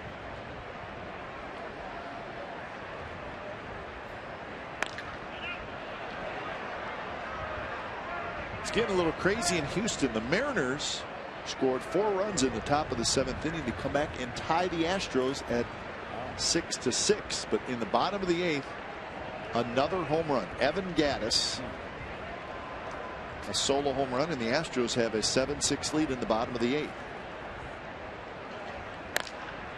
That one's hit toward right center. Martin on the run, and Leonis Martin, what a play. Well, he's putting on a show today in center field. That may have been the best play of them all. Well, to rob Simeon the way he did, but again, from our vantage point, to see he's in left center, ball in right center, stays up just enough for him to use his speed to get to the ball. And it just would not get down, no topspin to get down enough to get in the gap for Ike Davis. Great play defensively though, and if he has not won a Gold Glove, he's going to win a few. He's good out there. And he's showing off his ability to catch the ball. He can throw extremely well also.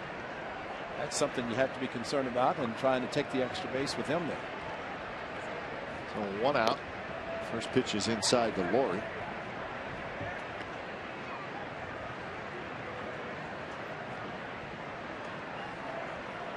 So the Astros 3 outs away from winning their 10th consecutive game. They had to work for this one though. Well, it sounds familiar though, doesn't it, from the standpoint of tie the game and get all excited, and all of a sudden you turn right around and find a way to give up another run. Yep. And Mariners bullpen, a very strong bullpen. So I don't know who gave up the home run, but Evan Gattis is strong enough. Carson Smith. Well, pretty good reliever.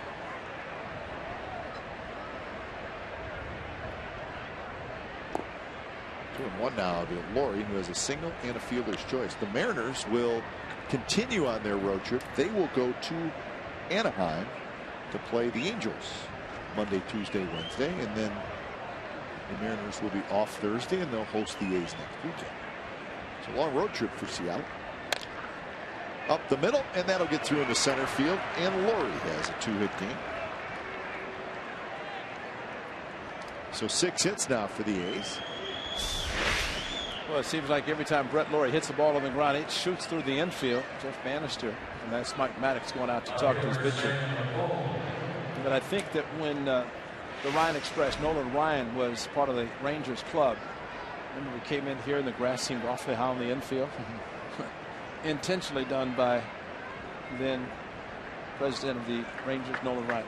This grass needs a little bit of height. Slow the ball down for the infield. Well, the way the ball shoots through now.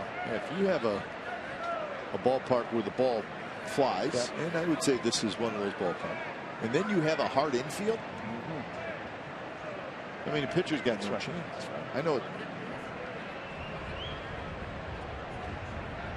I hear a lot about that in Arizona, the Diamondbacks ballpark, where the ball flies, but the ground is super hard. It's a hitter's dream.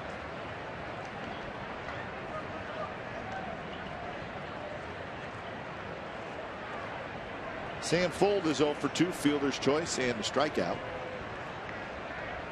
A little bit outside to Sam. But Gallardo closing in on 100 pitches. He's at 92.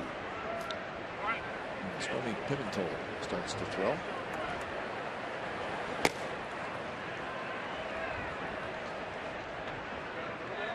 Both bullpens used a lot in this series.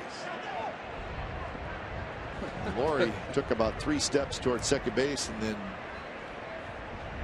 realized that it was time to get back. And that's pretty quick on Laurie's part, because had Gallardo thrown to the plate, he would have walked to second, but quick enough for Laurie to see that he did step off and got back easily to first. Beltre grabs it, and it was a line drive, and he got it before it hit the ground. What a play by Beltre.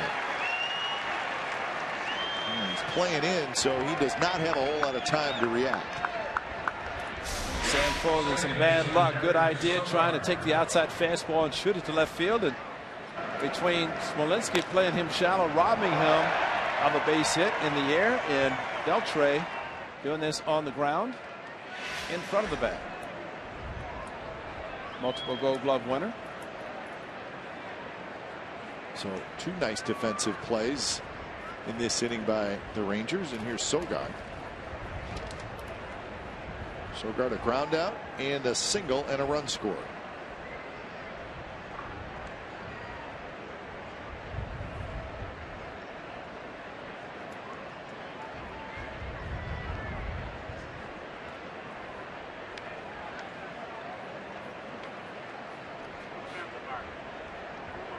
He does have 1 steal so far this year. And Reddick being thrown out in the 3rd inning, Ray, that was just the 2nd time an A's runner has been thrown out this year. They're 14 for 16 in steal attempts. So that's the best percentage in the American League.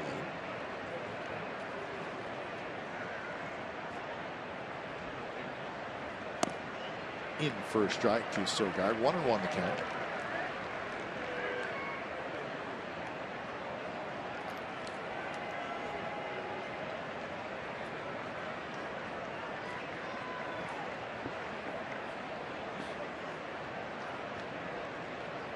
Stephen Vogt with a home run leading off this 6th inning for the A's 2nd run. Big chopper right to Blas, right near the bag. He's got it. Side retired. So Vogt's home run, his 5th of the year, and it gives the A's a 2-0 lead as we head to the bottom of the 6th.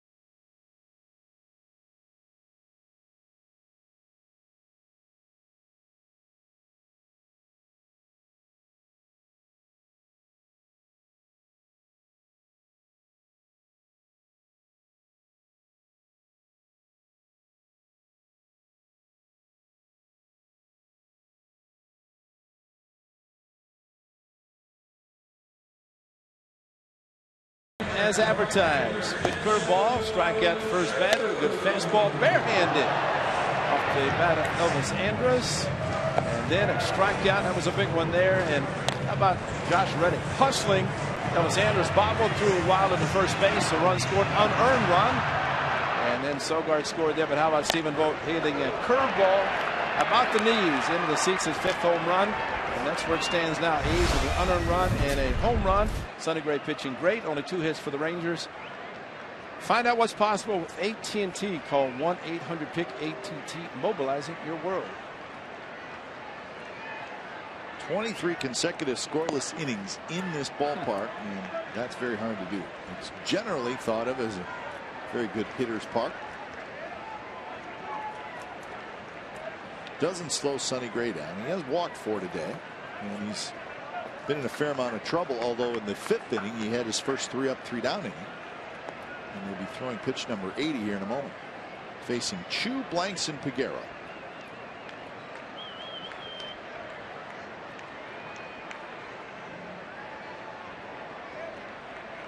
Chu starting to swing it a little bit. He walked in the 2nd, doubled in the 4th after his big night last night.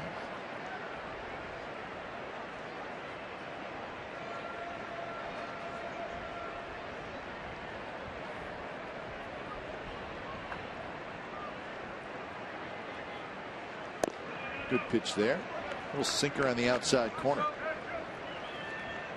Well, it's one thing to throw a strike, another thing to throw a quality strike. And hitters in a 2-1 count, fastball count, like to look for a pitch, but Chu wants to pull. The outside pitch, he couldn't do it.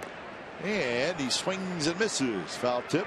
Vogt has it, and that is strikeout number 6 for Gray. Well, the fastball outside corner for called strike, and then old Uncle Charlie throwing hard. You can hear the click, but Stephen Vogt, the backhand, handled it before it hit the ground, which is another strikeout for Sonny Gray.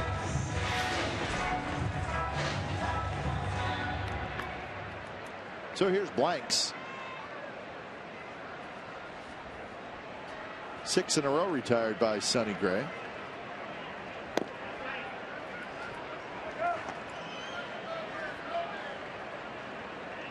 I started Sonny Gray pitch against the Angels. He got better as the game progressed, and unfortunately pitch counts have a tendency to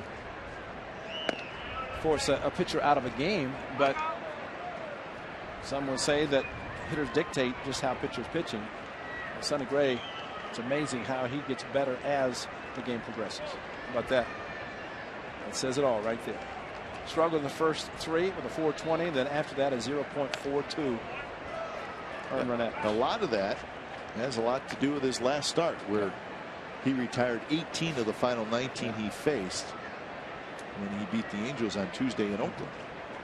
Remember, he gave up some runs early. He gave up the 2 in the first inning. His club scored in 5, and and he said, "Hey, they're going to do that for me after me giving up 2. I have to do my job." And boy, he settled down and pitched tremendously.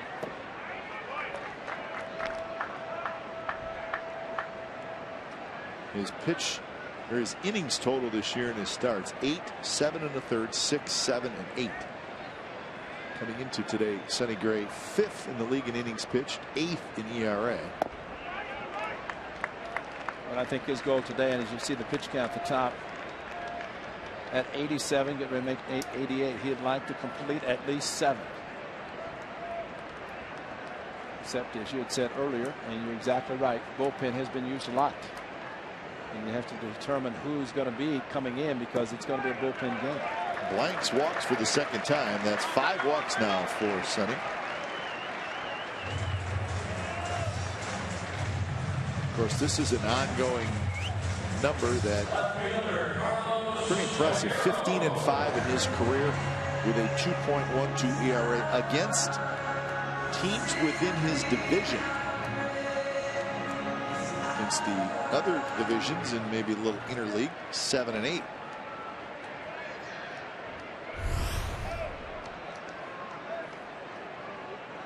So here's Peguero, who has struck out twice, once swinging, once looking. Drives this one to left center, but full. He's got a good jump, but he dropped it. He dropped it. And now Peguero goes too far, and he's got to scramble back. Wow. Well, Sam Full, he had it. He got a full glove on it, and let's see when it came out. Now Bob Melvin going out to ask if it's a catch and the transfer. And I got it. He got it in the glove.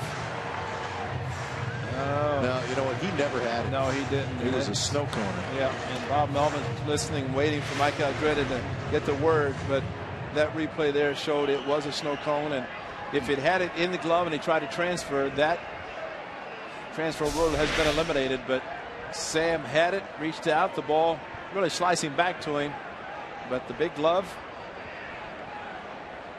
and they're going to take a look at it anyway. It's a big out. And Sam and the A's can only hope that it goes their way. See, an outfielder uses a very, very long glove. Yeah.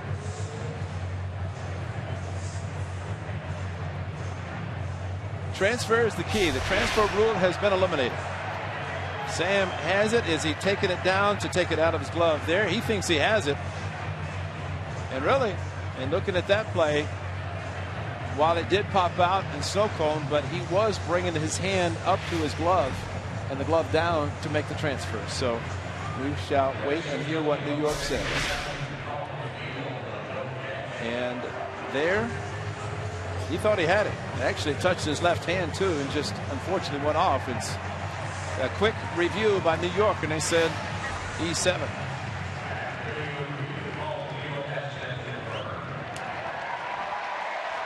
So first error in this game, a first error in the series by the Athletics. And 9 errors by A's outfielders this year. Most in the majors. So 2 on, 1 out, and here's Carlos Corcoran. Odor is the on deck hitter.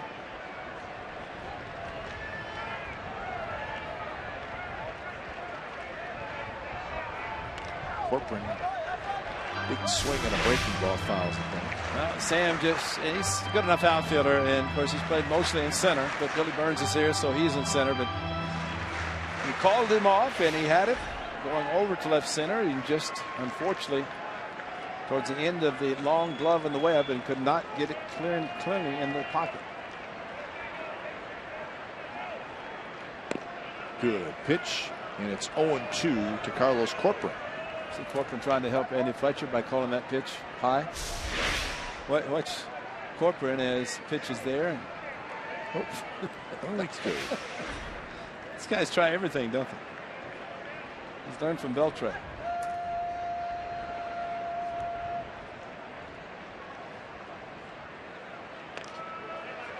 Jammed a little bit on the breaking ball, moving into him. So 92 pitches for Gray.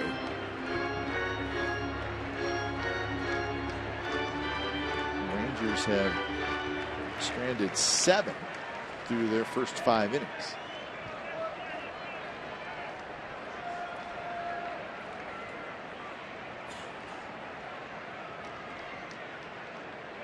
So 0-2.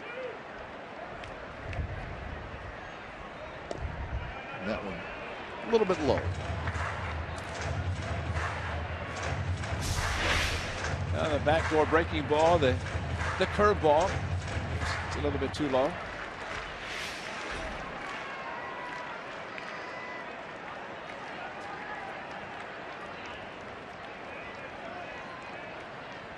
One, 2 is high, and now it's 2-2.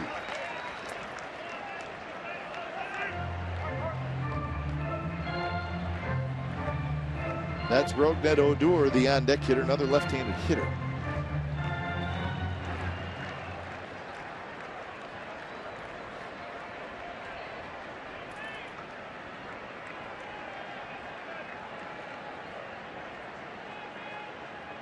Quick look by Gray. Here's the pitch. Foul back and another curveball. All Corcoran is trying to do, especially with 2 strikes, is protect. We're not seeing an aggressive swing from him, as we see a lot of times from hitters. We get 2 strikes. And for Sonny Gray, just 1 pitch to Figueroa that was dropped, and now 6 pitches after starting 0-2. It's up to his 7th pitch coming to this hitter.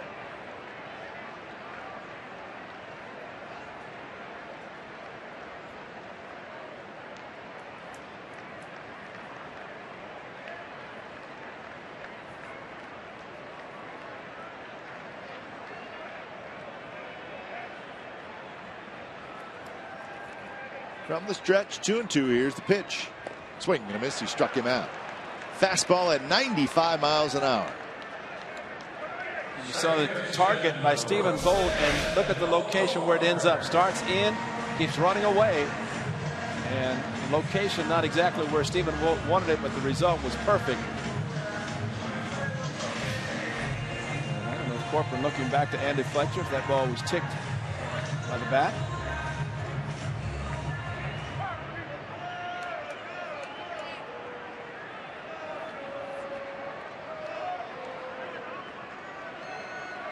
So now Odor steps in. Gray trying to get out of this jam.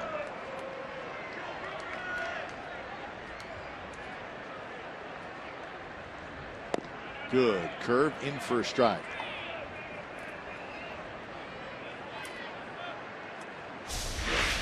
Good old curveball right over the top, first pitch, and you throw a curveball for a strike first pitch, you're going to get most hitters doing exactly what Odor did, and that's just take it, hope it's out of the strike zone. And he chased that one, and now it's 0-2. So what do you do now? Throw one even harder and lower? Be able to do whatever he wants here. Yeah, but I mean, you get a hitter swinging and flailing. He's not setting a catcher and a pitcher up, swinging like that. 22nd pitch of this inning coming up to Odor. 0-2. And he swung on another pitch in the dirt. Sonny Gray gets out of the jam again. 9 Rangers have been stranded through 6 innings. Sonny Gray working his magic. 2-0 A's after 6.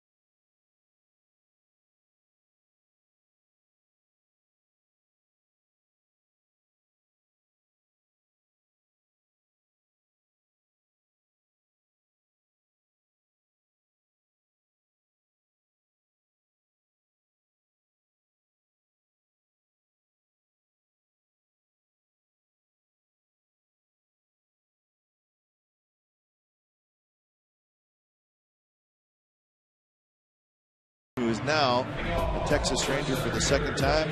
His career with the Angels, not what everybody thought. Signed that big 5-year contract, hit .250 his first year. Then last year he missed 48 games due to injury. And he's a guy who was an MVP player with the Texas Rangers his first time here. And he's coming back. And we hope that Josh gets it all back in order, and the Rangers are hoping that sometime between the middle of May and the end of May, he'll be in their lineup. He's working out in Arizona. Start playing some games soon, and so we shall see. If coming back to the Rangers is what Josh Hamilton needs to kind of get his career going, not out of the question. Is he 34 years old? Around that.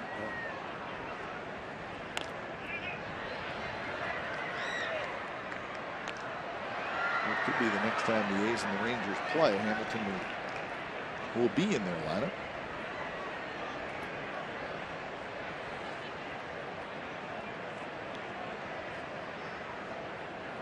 One and 2 to Burns. Simeon to follow, and then Reddick here in the 7th inning.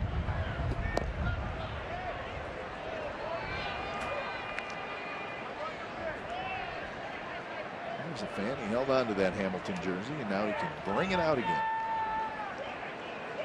As long as the fans forget what happened in 2012 when they had the playing game and what the fans did in that last game, and really from that point he signed with the Angels, but they were not happy with his production, kind of tailed off a little bit. So as he has said, he wants to have fun because he knows he does not have that many years left in baseball, and that's a good way to play the game. Have fun.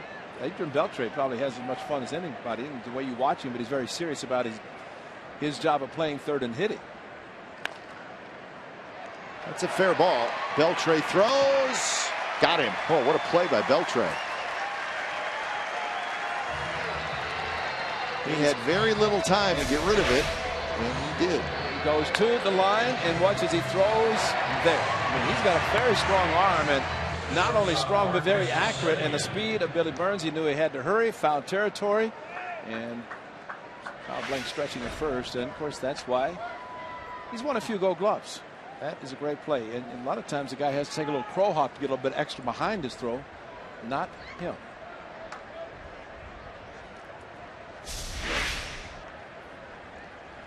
You know what this is? Skip saying, Sonny, you got one more? Sure, Skip, I'm okay. Look at the bullpen, it's quiet. It is quiet. So that was the conversation, and that last little okay. I mean, Sonny Gray did exactly what a pitcher's supposed to do when there's an error. He strikes out the next two. Maybe you don't get the strikeouts, but you take it upon yourself to get out of a jam that's created by somebody other than you. And that was a jam. Yes, it was, and he's had a few of them today. 2-1 the count to Simeon, who has singled. Been robbed of a hit in center field by Martin, and then a deep fly ball to left field. So he's got one hit. He easily could have 2 or 3. 2-2 now as Gallardo gets the strike on the outside corner.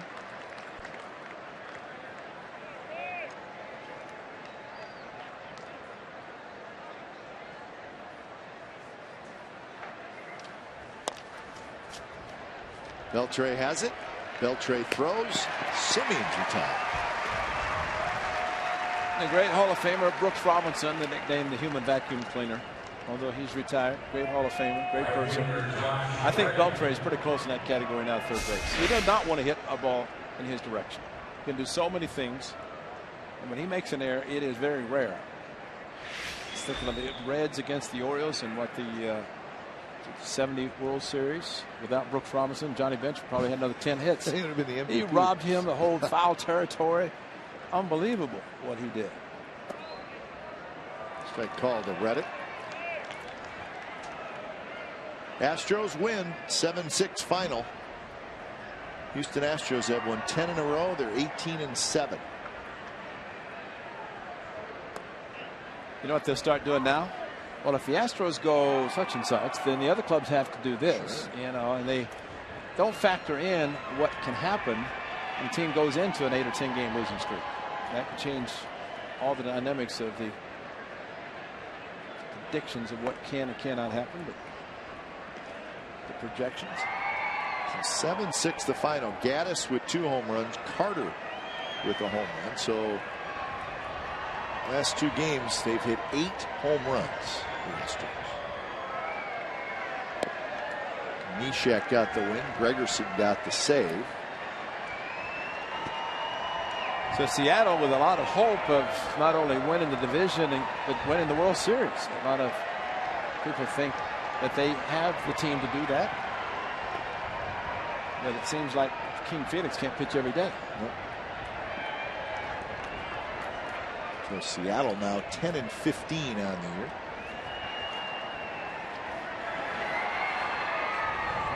Senor Claudio, who the lefty in the bullpen for the Rangers.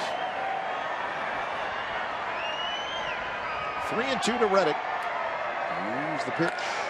And it's drilled to left, and that's a base hit. So Reddick stays hot. 1 for 3 today.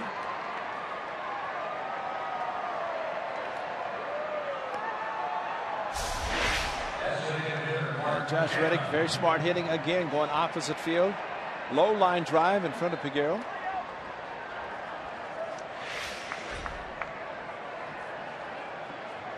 So the hitting streak is now at 11 for Reddick.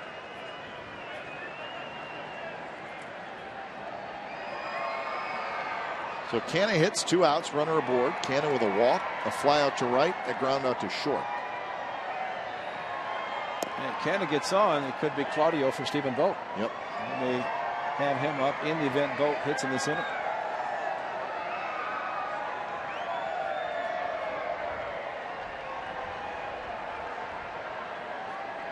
A hot Stephen Vogt can make a lot of changes. He could be a game changer.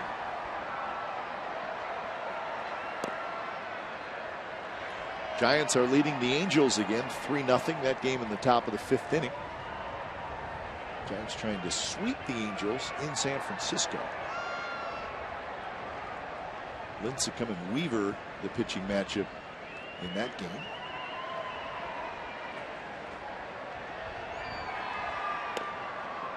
Missed again. Gallardo thought maybe that was a strike.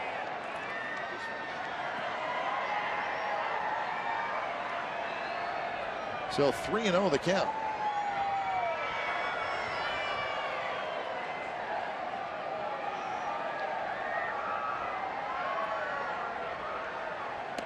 Taken all the way is Canna.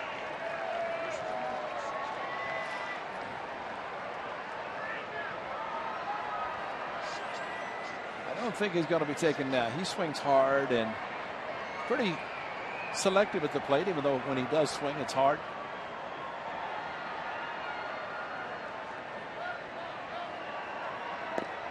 And another walk. So Canna walks for the 2nd time. 117 pitches for Gallardo.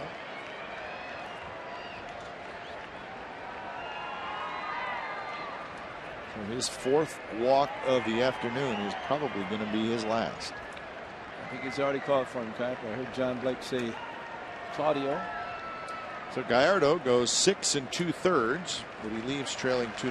When it's time for a change, think Speedy Oil Change and Tune-Up, your oil change tune-up and brake experts.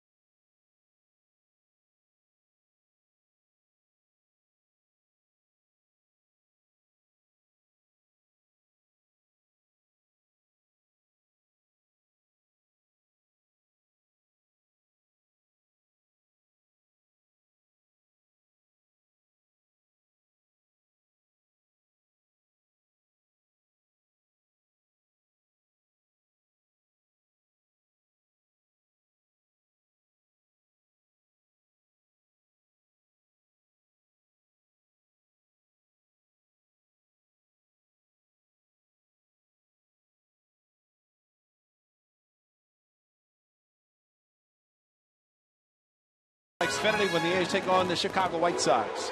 Fans will dress up as their favorite superheroes, and music from iconic shows and movies will accompany the show. Just listen to that great music. Fans can watch from the outfield grass, but you know, as always, on-field capacity is limited. Get your tickets at athletics.com/fireworks for the greatest fireworks in baseball at Pure Old Cole Coliseum. Craig Gentry said, I own this guy, and he's out of the game, unejected. Yeah, so, not today. Claudio facing the hot Stephen Vogt.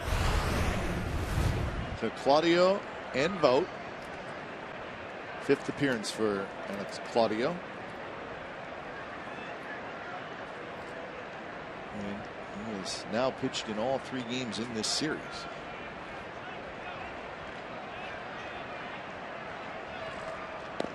And now it's 2-0.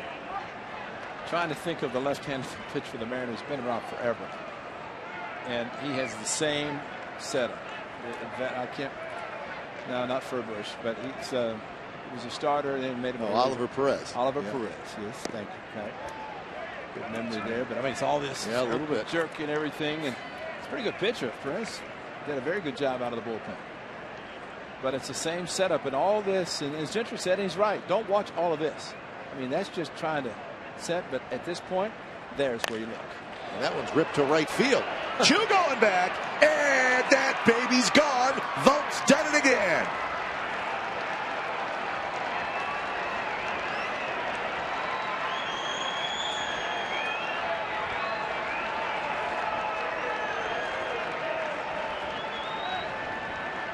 He got Klein, he got Shoemaker, and now he gets Claudio. First home run against the lefty. I can think of 3 times that a manager's brought in the lefty to face Stephen Vogt, and this is the 3rd consecutive time that he's gotten a single RBI, and a 3-run home run. Nice going, Stephen Vogt. And the walk to Canna, very patiently, brings the lefty in, and exactly opposite of what the manager wanted for the Rangers. So Vogt, a 2-homer game. He's got 4 RBIs. He got Guthrie for 2 in the same game. That was his first career 2-home-run game, and he does it again this afternoon. What a night. What a day.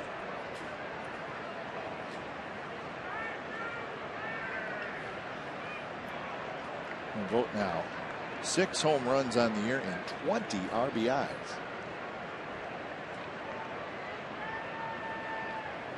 And both of his shots have been missiles, just low line drive shots into the lower deck.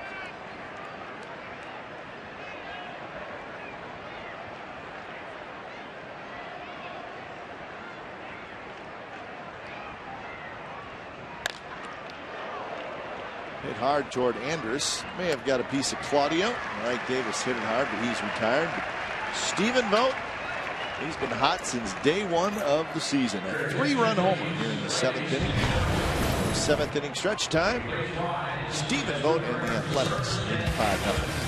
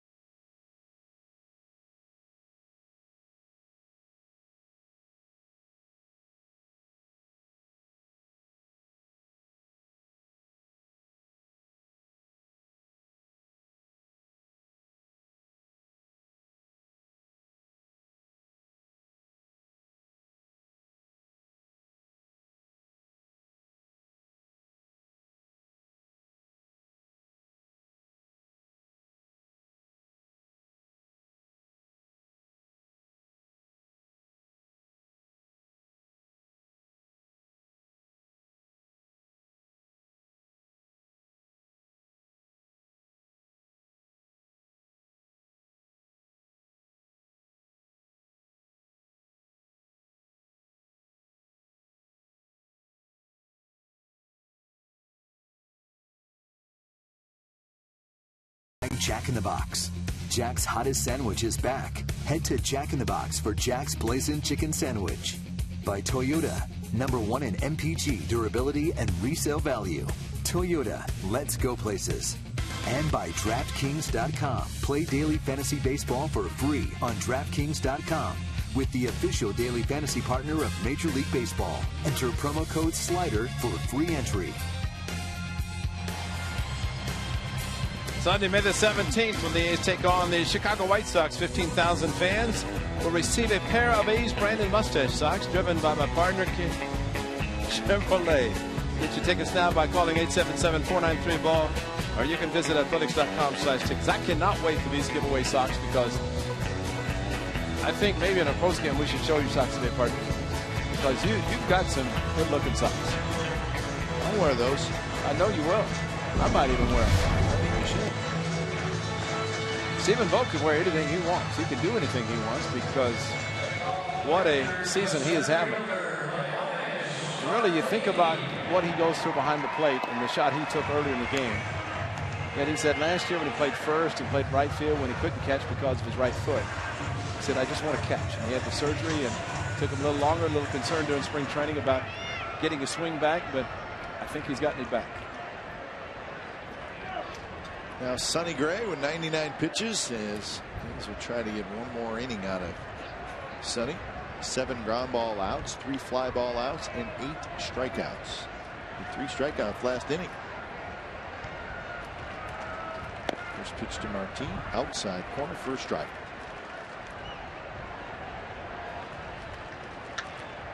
Season high in pitches for Gray so far, 105, and that was in his last start. Well, you have to wonder the conversation with Sonny Gray and Bob Melvin before that inning really started, and then 2 quick outs, and then 3 runs. Now, you might say, well, 99 pitches, maybe that would have been enough if he knew it was going to be a 5-run lead, but did not know. So nobody in the bullpen and able to get up quickly enough to come in anyway. So he's going to at least pitch this 7th inning. And at that point, you'd figure turn it over to the bullpen. And a swinging strikeout, and that's 9 strikeouts for Sonny Gray. And right now, quite frankly, the Rangers look a little overmatched, especially with that pitch. And what he did with Odor last inning, final at bat, throwing 3 curveballs, a good one for a called strike, and then 2 out of the strike zone, but he stayed with the pitch. And there have been some of the Rangers criticized because they're swinging the pitches out of the strike zone, but it's not that easy to think of a 95 fastball and a curveball dropping off the table and being patient enough not to swing at a bad pitch.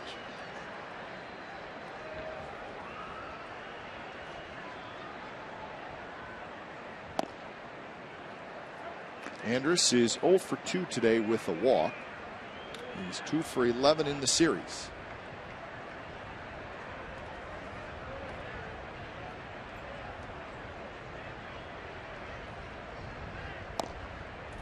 Close, maybe a bit inside, not a lot.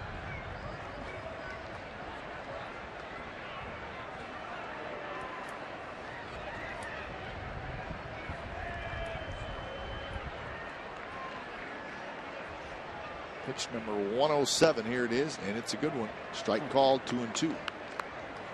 Velocity at 93. He bumped it up to 95, as you mentioned, on the strikeout to Corcoran last inning.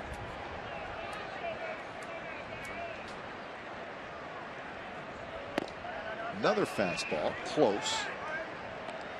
So 3-2 the count with Prince Fielder in the on-deck circle.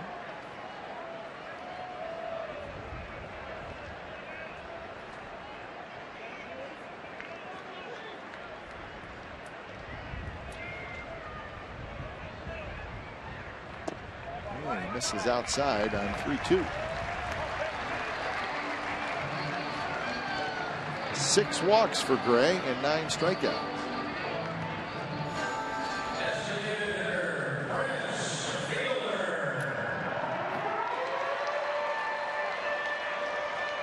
So Otero just starting to get loose.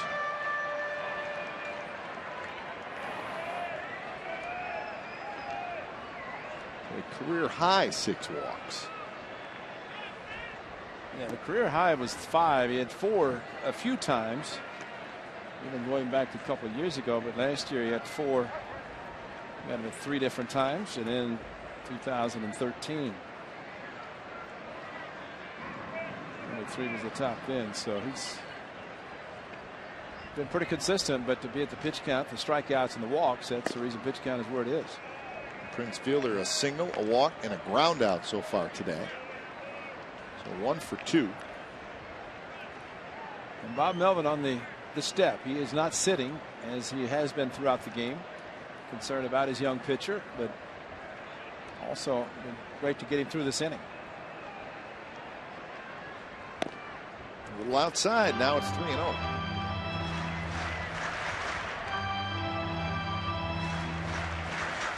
Beltre will be next.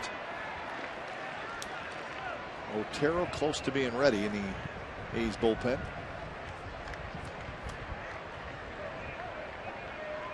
And that one is high, and Sonny Gray with back-to-back walks here in the 7th inning.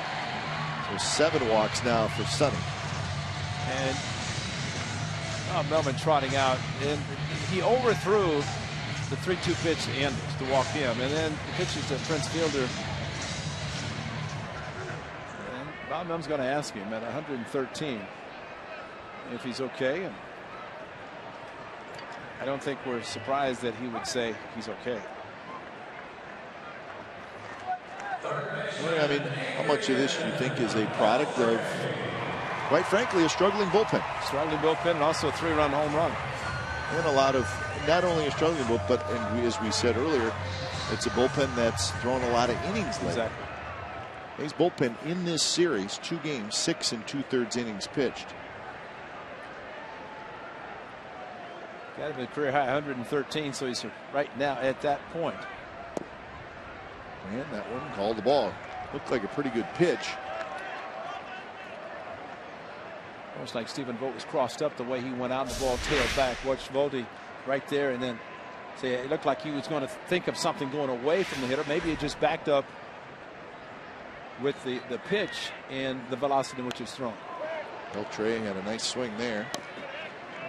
You're right, Kipe, and you know, if the bullpen had been lights out, you know, after this second walk, you would think, yeah, and especially the 3-run home run that made it a 5-0 game.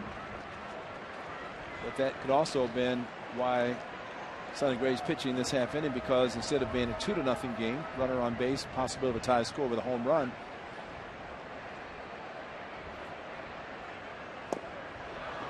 Took a little off there, and Beltre missed it 1-2. Well, let's go back to the old equalizer. Good curveball. Beltre had to be thinking fastball, thinking a 3-run home run. Got the curveball instead, pulled open and off of the pitch.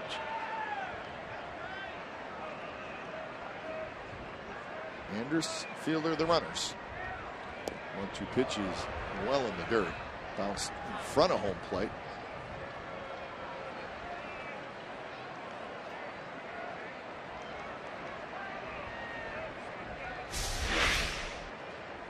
And the ball in the dirt. Go, stop. How'd you hurt your hamstring and groin? The hitter was telling me to stop and go. 40 pitches the last 2 innings as we speak right now, with this being the 40. High curve foul back. Same level as we're on, just down to our right.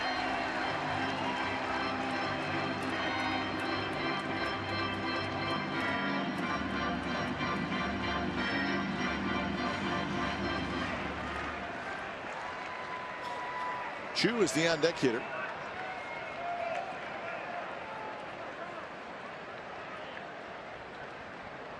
After Chu, blanks. Hope it doesn't get that far.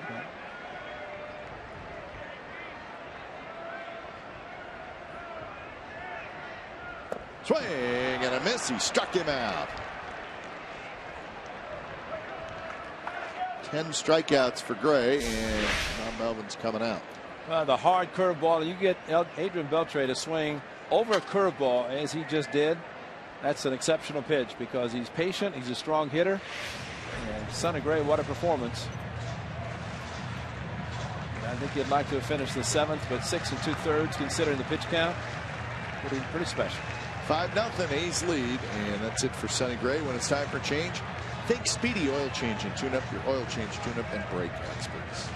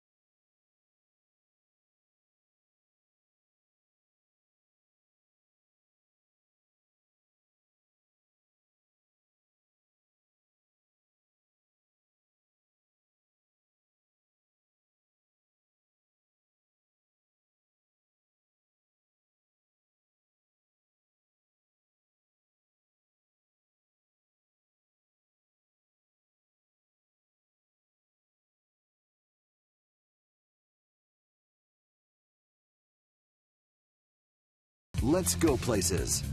And by Xfinity, home of the most live sports. So the A's with a 5-0 lead, bottom of the 7th inning. And Dan Otero comes in. Now, if it sounds like, to our viewers back home, if we've said Dan Otero's name a lot lately, it's because we have. This is his 5th consecutive day that he has worked.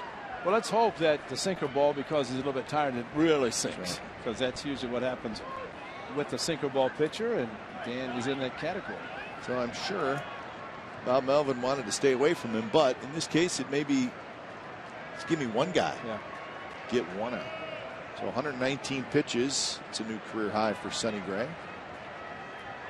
Had 12 strikeouts against the Angels in his second to last start last year. And then 10 this afternoon.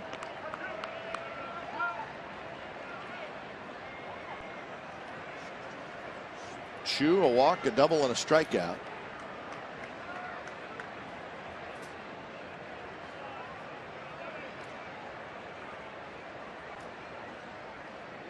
Missed again, and now it's 2-0.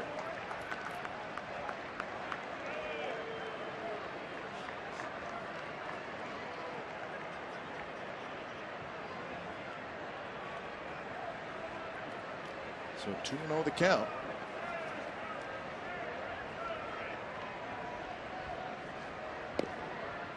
A little floating changeup in for a strike. That was nice. Just floated right in there. Oh, like a screwball. Welcome to the big leagues, Mr. Smith. Mr. Smith goes to Arlington. Chad Smith.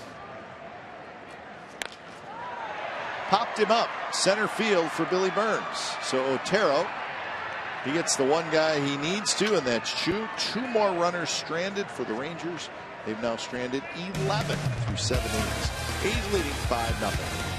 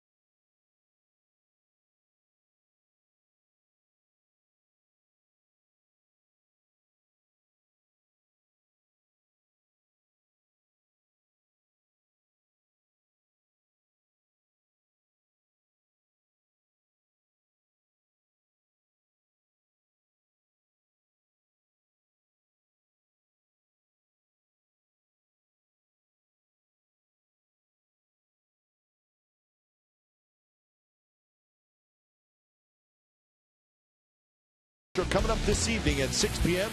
on our sister station Comcast Sportsnet Bay Area. Highlights and clubhouse reaction from this game. And the Warriors Grizzlies. Game 1 highlights and reaction. Monty Poole is at Oracle. Kelly Johnson and Henry Wolford will host. Warriors on their way to a Game 1 victory. Here in Arlington, the A's with a 5-0 lead, top of the 8th. Roman Mendez comes in for the Rangers. He pitched in Game 1 of this series. First pitch to Laurie, outside corner, called the strike.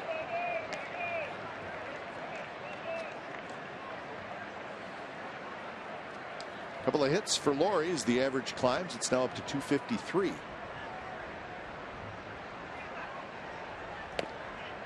Another fastball on the outside corner for a strike.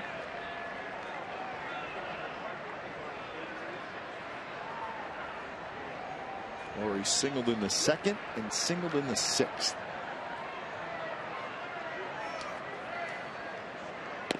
The team that the A's are going to play, the Minnesota Twins, are starting to play good baseball. They just beat the White Sox 13-3 at home, and that's a sweep.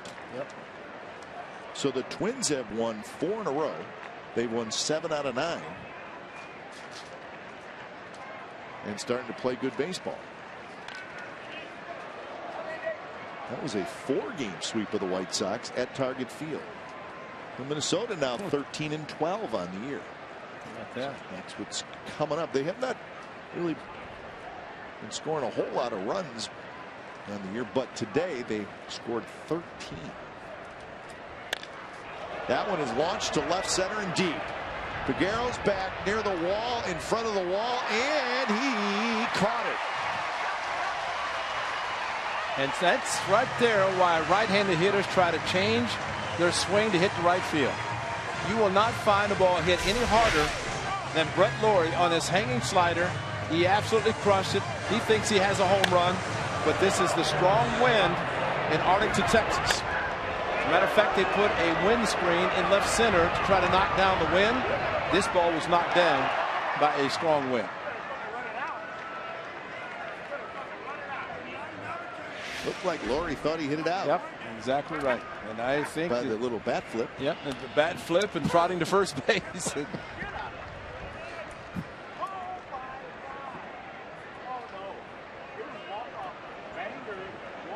Fold is 0 for 3. Sam Fold trying to get rolling.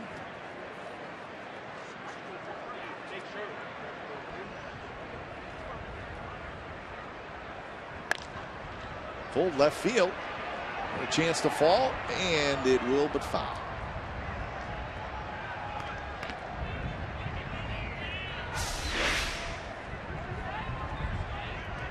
See, about 2 weeks ago, that falls fair for Sam Fold, but right now he's struggling, and it falls foul.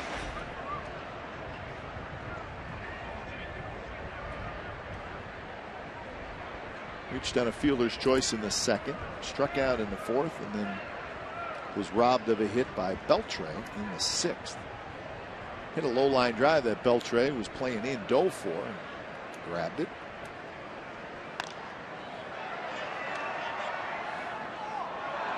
Red Sox and the Yankees will play tonight.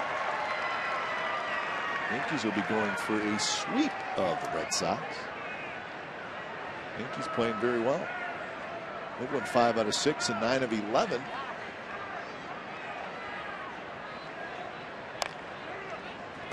Diving play by Blanks. Of course. Mendez is there, and so it goes for Sam Fold. So this is what's coming up for the A's. The pitching probables: Hahn and Hughes on Monday, Chavez and May on Tuesday, Kazmir and Gibson on Wednesday, and then Nolasco Pomeranz on Thursday. Ricky Nolasco back from the disabled list. He just pitched by his first win. So the Minnesota Twins at Target Field. Beautiful stadium.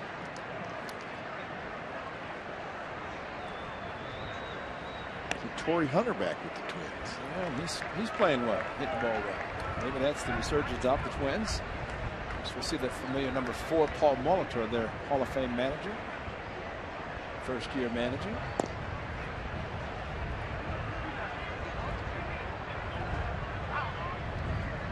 Getting back to the Yankees, remember in the offseason, the Yankees said, hey, our bullpen's going to be terrific.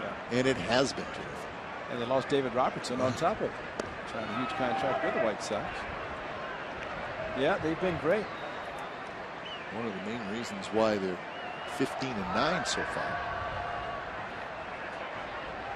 Even in that division, I expected the Orioles from last year to continue this year. The Blue Jays, of course, to have another great season of new players and healthy players. And who's hanging in there too is the Rays, and the Rays are going to get some pretty good pitchers back. And all of a sudden, the Rays get off to a good start. Red Sox are hitting, but not pitching a lot. Their starters have really struggled. The lineup has done a pretty good job. So Boston, they may have to try to outslug people. That's never easy to do.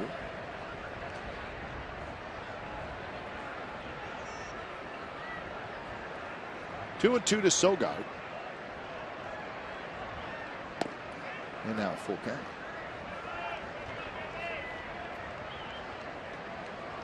Well, that's the game tonight again, right? The Yankees Red Sox. That's a shock. Why do they keep this? Game of the week. It's something new. A game that will end about midnight, 12:30 in the morning. You don't have confidence in the pace of play. Sogard chased a pitch that may have been a little up. Andrus is under it. He's got it side retired. So Mendez has a 3-up, 3-down inning. Bottom of the 8th coming up. We got a new pitcher.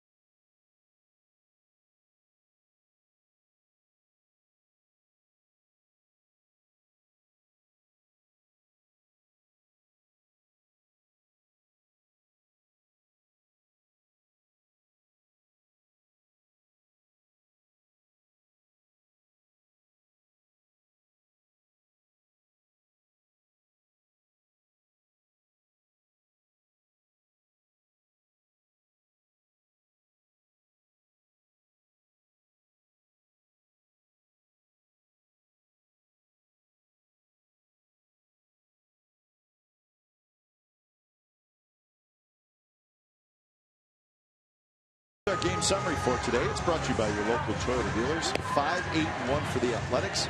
0-2-1 for the Rangers. Sonny Gray, 10 strikeouts, 7 walks in 6 2/3 innings, and a career high 119 pitches. A 2-homer game for Stephen Vogt. Giovanni Gallardo, not bad, 3 earned runs in 6 2/3 innings. The Rangers offense has had a lot of chances, just been not been able to get the hit. They've stranded 11 through 7 innings. So when it's time for change, the Expedia Oil Change and Tune-Up, your oil change tune-up and brake experts. Our first look at Chad Smith. The numbers from AAA Nashville. He was just called up today. Ryan Cook sent back to the minor leagues. Sinker slider, and very simply he said, out of the bullpen, I throw a sinker, I throw a slider, I throw other pitchers, but basically get loose to come in, try to sink it and slide it, try to get some quick outs. First pitch in for a strike. And he was in spring training with the Athletics. But again, as we have said in this series, Kipe, and the difficulties the bullpen has been having, opportunities galore for guys to come in, and all somebody has to do is establish themselves as being someone who can get outs. And Kevin Scribner's done that very, very well. And you'll find yourself getting some quality work. So you can get outs. Blanks swung at a ball. 1-2. Well, out of the strike zone. Good sinker, though, and just enough maybe to tempt Blanks, thinking it was a strike.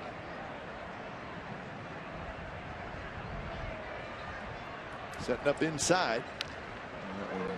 Roll to the backstop. See that ball go down? Yeah. That's a good sinker. It's a great sinker. Smith picked up in the offseason from the Tigers. Yeah, labor deal. So it's opportunities, like I said, and for him, I know Bob Melvin liked him in spring training, limited time they saw him. Wow. That's a strike, folks. It is a strike. I often wonder why a hitter doesn't swing and then takes a deep breath and says thank you for not calling a strike, and Stephen Vogt holding as long as he can for Andy Fletcher, who unfortunately wouldn't call it a strike. That one is a swinging strike. So Chad Smith comes in, strikes out the first man he faces. That's blanks. Boy, nasty. I tell you, that's the old equalizer that Sonny Gray featured today, the curveball. This goes down, and it just bottom drops out of it. So whether there's contact or not, that's an exceptional pitch, because all hitters can do is hit on top of it.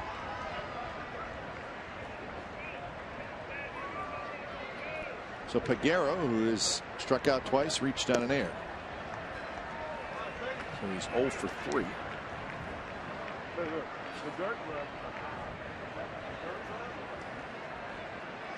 Tigers beat the Royals this afternoon 6-4 in Kansas City. So that was a 4-game series. The Royals won the first 2. Tigers won the last 2. So Detroit said, wait a minute here. Sanchez over Guthrie in that one. So they flip-flop. Tigers go back into first place. Royals drop into second. Half game back.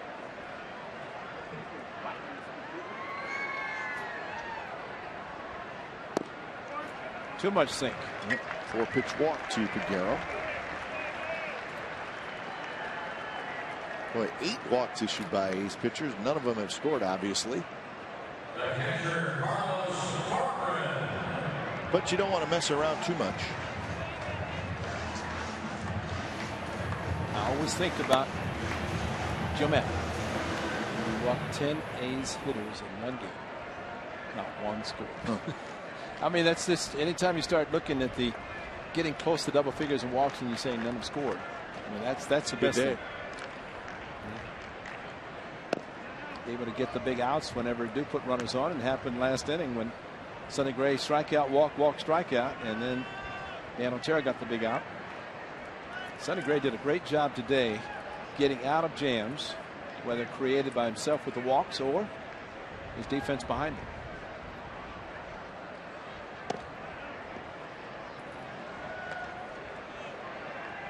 Chad Smith is the type of pitcher that, as a catcher, you call a sinker and hold the glove right in the middle of the plate. The target, don't go to the corners, just hold it in the middle of the plate. And the one he threw to blanks that went straight down, that's the ideal kind of movement you want to see. You go to the corners, you're going to have the ball run away and out of the strike zone. That one to the backstop. So Peguero will move up.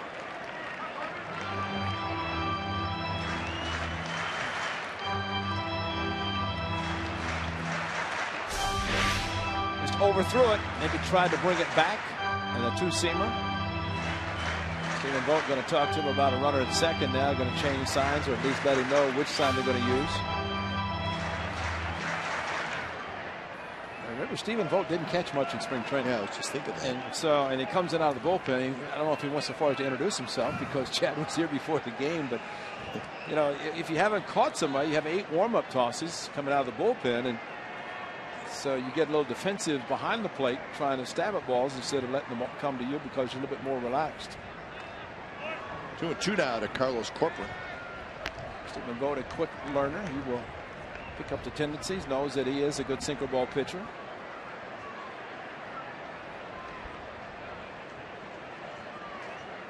So if he keeps playing the way he is, he will not have to referee any basketball games. No, he's going to be fine. Yeah. Stick to his main sport.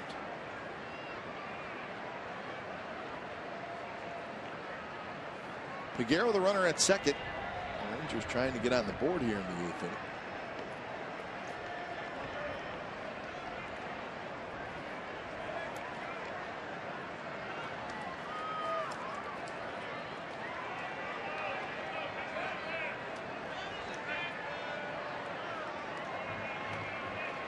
So Vogt and Smith will get together quickly.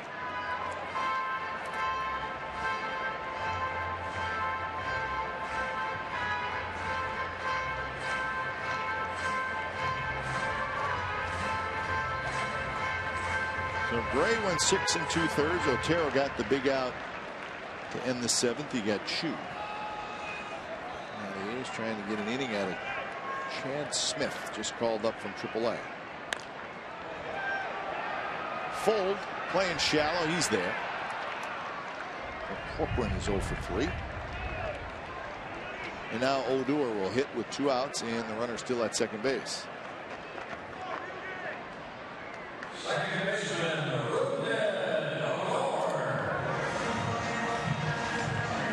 So next time these two teams hook up, it'll be June 9, 10, and 11, and that will be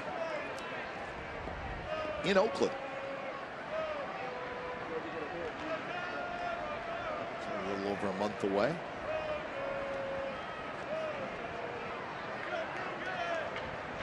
Both teams could have some additions by then. Yeah. A's could get Coco Crisp back this week. That's not out of the question.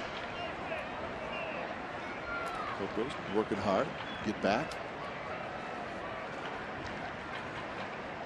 Hopefully getting a lot of swings because he was missed a lot of spring training. He's had the surgery and unfortunately had to go on the disabled list.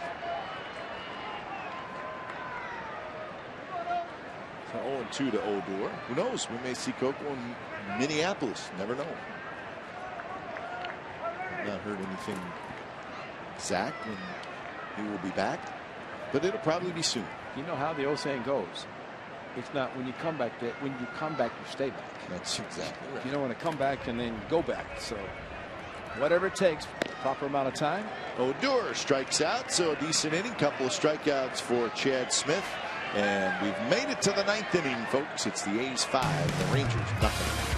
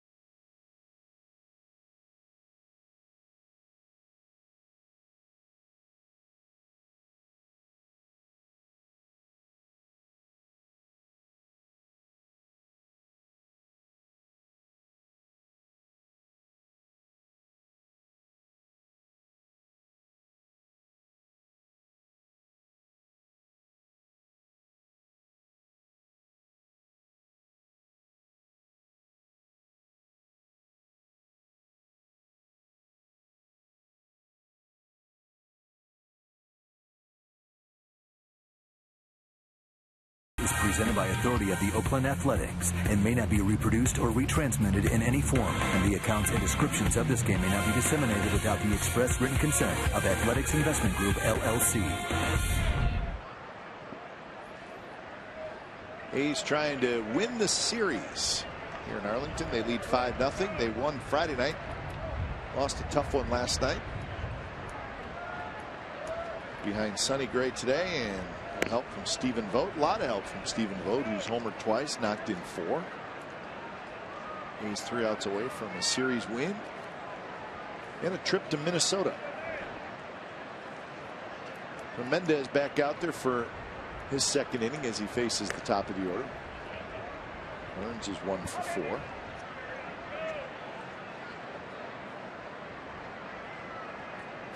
Burns was 2 for 5 with a couple of runs scored in last night's game. Fastball inside. Simeon to follow, and then Reddick here in the 9th inning.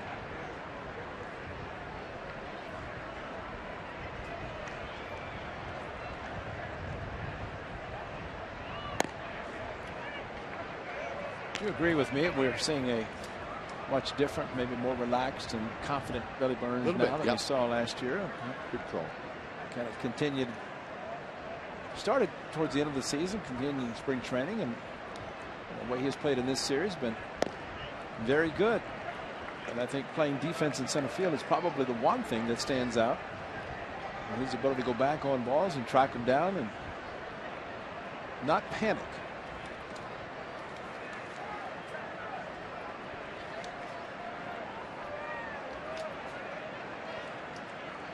3-2 pitch, a little outside, and it's a leadoff walk for Burns. Nice note in John Hickey, one of the beat writers, talking about Billy Burns had talked in spring training about being engaged. His fiancee was at the owner's party. And said, when you get married, he said, after the season. I said, good idea, because you want to make sure that after October. And I guess he was talking to his fiancee when Steve Scarsone called him. And he said, got to put you on hold. That's not a good idea normally. But it happened to be the manager of the Nashville Sound is telling him to pack. You going to Oakland or meeting the team in Arlington. So his fiancee excused him for that time only, though. But he's a nice young man.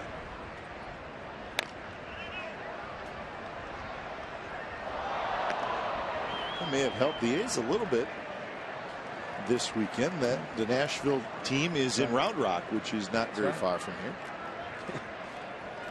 That's great because 3 players have arrived from there.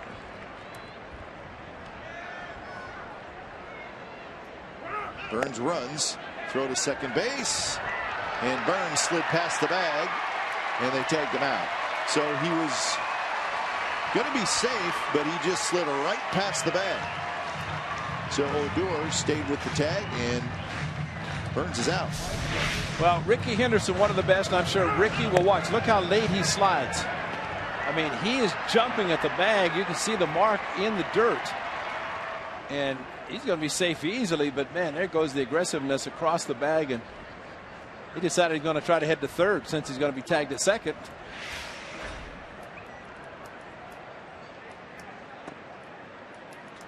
So start your head first slide maybe 3 feet earlier. Exactly.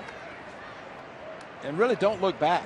And he's had the tendency of doing that. He did it last September. And taking off on a straight steal, when you look back, you're slowing yourself down, although he was going to steal that easily. But when you look back, and then maybe you lose sight of where you're going to start your head first slide. Remarkable. The greatest all-time base stealer, Ricky Henderson, could start his head first slide just in enough time to where I never saw him overslide. No, he always got there just the right amount of, he was slowing down just a little bit. Just like an airplane, like I said. But Simeon down the left field line. And Marcus Simeon's going to have his second hit as he doubles into the left field corner. So he continues to swing the bat.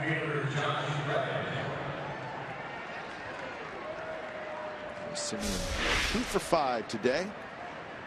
A nice take. Got to 2-2, back to the count where he could take a fastball down the left field line, and Billy Burns had not been caught. Probably would have scored. There's a piece of wood down below that fence. It looked like it hit the wood and carried him back almost past Figueroa. There it is. I don't know what the heck. That's odd. Maybe that's to keep the raccoons from going underneath into the bullpen. Or the baseballs. One of the two. But all it does, if it happens to hit that, it's going to do exactly what it did. Fortunately for Garrett, that's just your 2x4. Dang, Birdie's got a new shot. 2-0 the count to Reddick. Reddick, fly ball to left, walk, reached on an errand single. So he's 1 for 3. He's extended his hitting streak to 11 games thanks to that 7th inning single.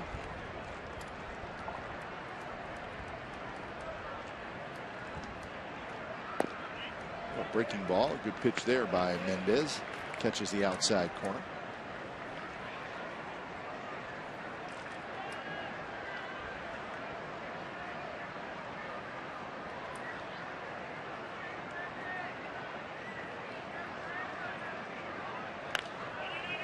pop-up. The fan had an easy play. He was the only fan in his aisle. He stood up. He was ready to make the play. He missed it. And a guy right in front of him who never moved just picked up the baseball. And listen to the fans. And they're all, he's distraught. Took his cap off, ejected. Nobody challenged him. He had it. He can't believe it. Feel like taking him a baseball, don't you? He is bummed. He's never going to get a better opportunity. And he's sitting in the seats where they have food provided. I'm fine. Look, nobody around him. Nobody. Clank. And the guy's here. I gotta get his back. Too bad. The guy never moved. And he is not giving up the baseball either. That's just not going to happen. Belted to right center. It's hit a ton. And that baby's gone. Stay hot, Josh Reddick.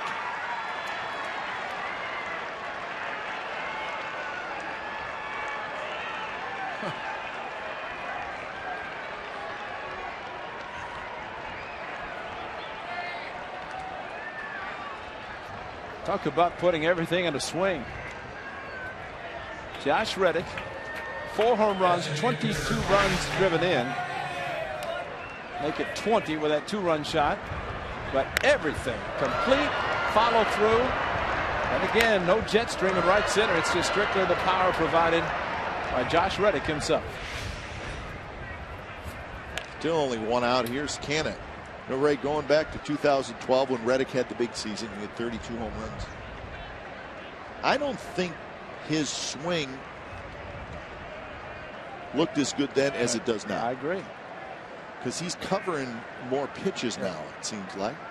Kind of a compact swing and smart hitting. And, of course, you play the game, you get smarter. And just think about last night, knew that he was not going to get a fastball 3-2 with first base open and stood back, set back, and got 2 curveballs, second one, and he hit for a 3-run home run.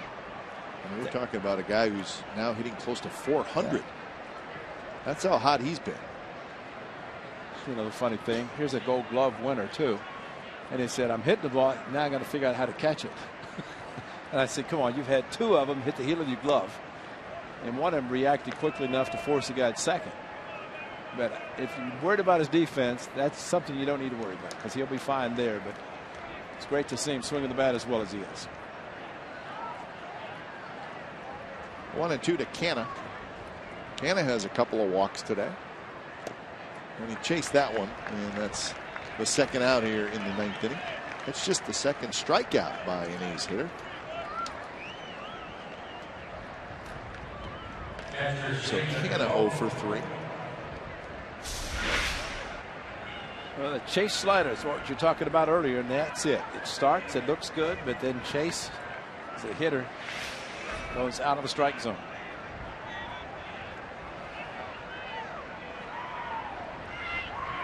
So here's Vogt. 2-homer game for Vogt.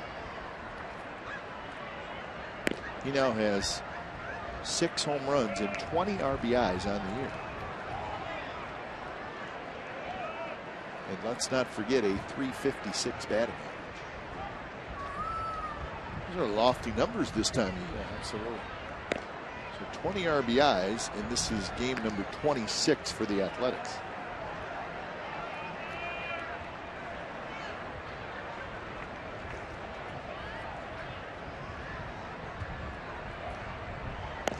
Outside, 3-0.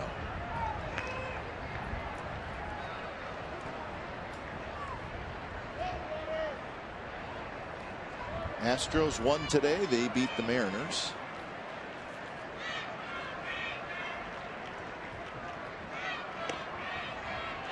And that pitch missed high, I do believe, and Vogt has a walk.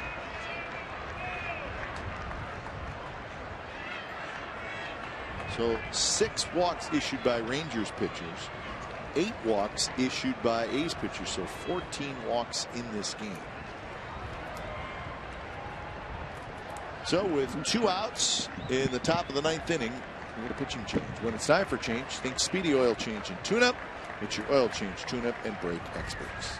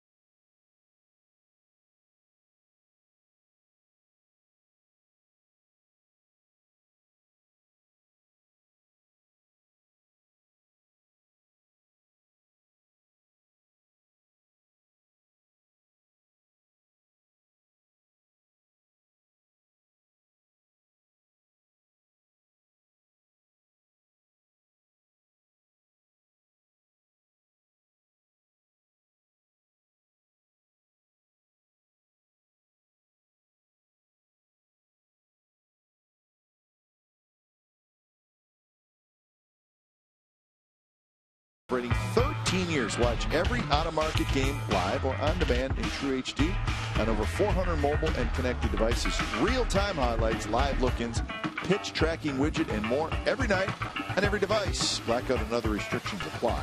Visit MLB.tv for details. Oh, he's got the A's big fist.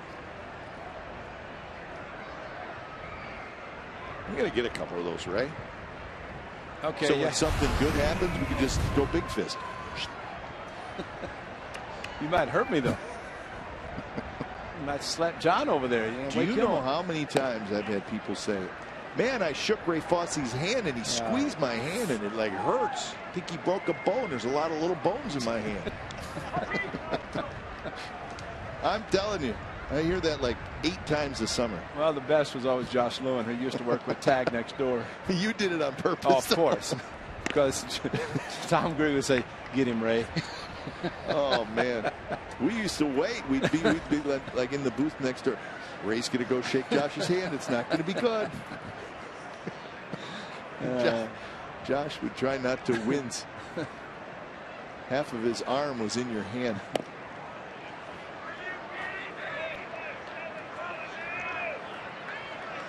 So 3-0. Stormy Pimentel comes in. Doing your homework, partner. Yes. That's good. Started the season with the Pirates, but DFA'd right before the season started, and the Rangers grabbed him.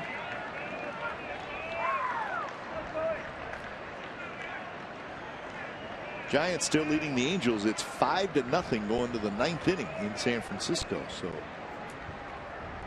Angels not having a good weekend. Davis to right. That's hit well. Chews back. He's right near the wall in that corner, and he makes the catch. Side retired. So Josh Reddick, one of the hottest hitters in baseball, connects again. A 2-run shot here in the 9th inning. So bottom of the 9th coming up. It's all A's. They lead 7-0.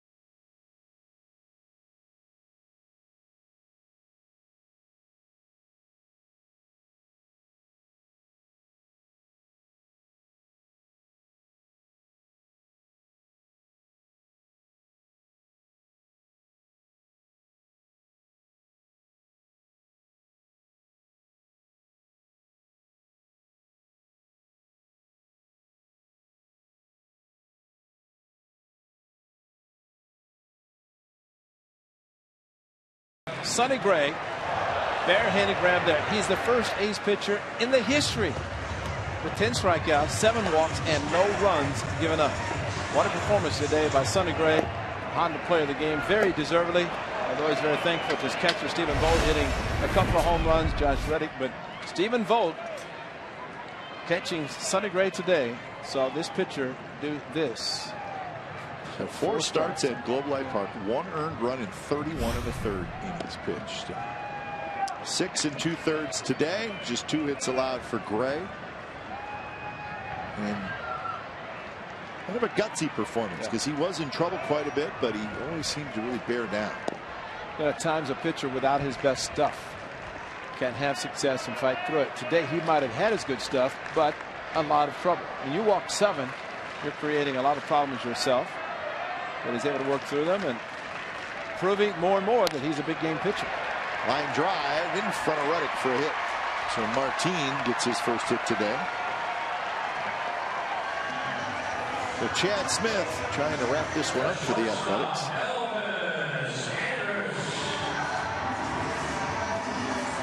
Elvis Andrus. So Sonny Gray pitched today. 4 games in Minnesota, so that lines him up for Friday night in Seattle. Yep. Did I see Felix Hernandez? I want to say it. I tentatively saw Sunday for Felix Hernandez. Again, that's a week away. Well, if the Astros were swept the Mariners, he couldn't have pitched. He pitches tomorrow. Yeah, that's right. He did not pitch in that series. Day off Thursday, so he would. So Tuesday, Wednesday for so probably Sunday for Felix Hernandez. Felix pitching on Mother's Day, which will be in Seattle.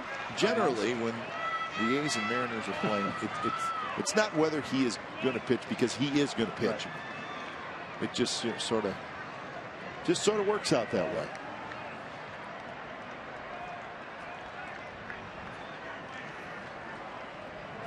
The count is 2-1. Something must have happened that without a pitch, maybe Smith went to his mouth and didn't wipe or something, because that was quickly called by Andy Fletcher. So now it's 2-2. Andrus hit that one off his foot.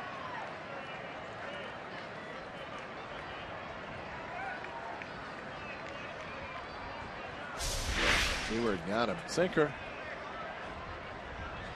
Side of the heel.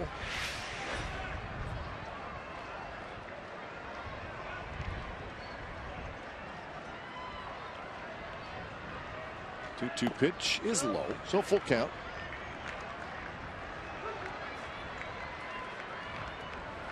So make sure you join us tomorrow from Target Field in Minneapolis. Jesse Hahn and Phil Hughes.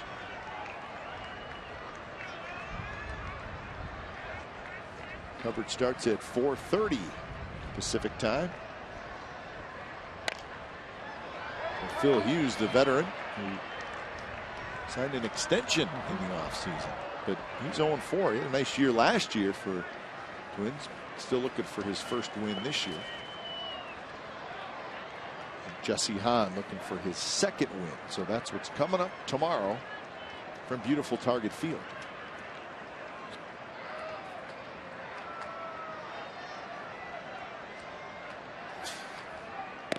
Inside to Andrus. 2 on, nobody out.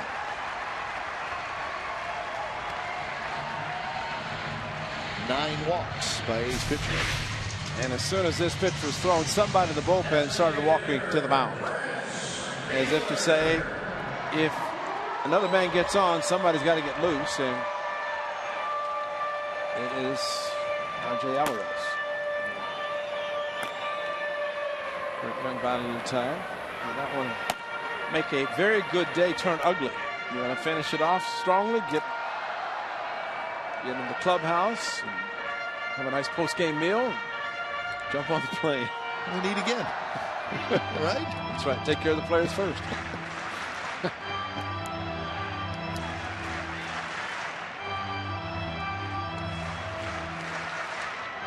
So 29 pitches for Chad Smith.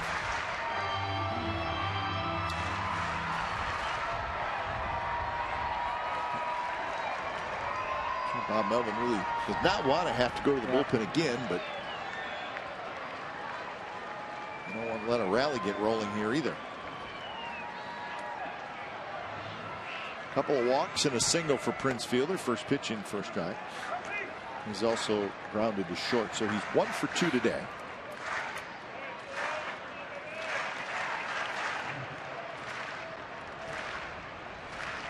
Ground ball away from maybe getting a double play, get 2 quick outs. We'll see if Chad Smith can throw a good sinker.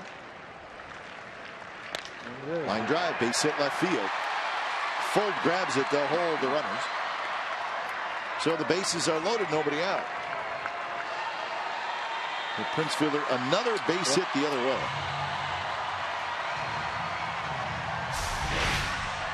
Well, it's up. Unfortunately, not the good sinker down. Kind of stayed flat to the outside.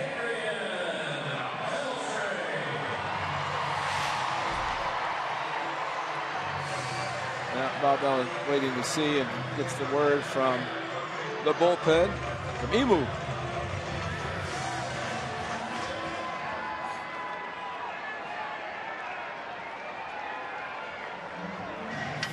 All right, so Clippard and Alvarez starting to heat up.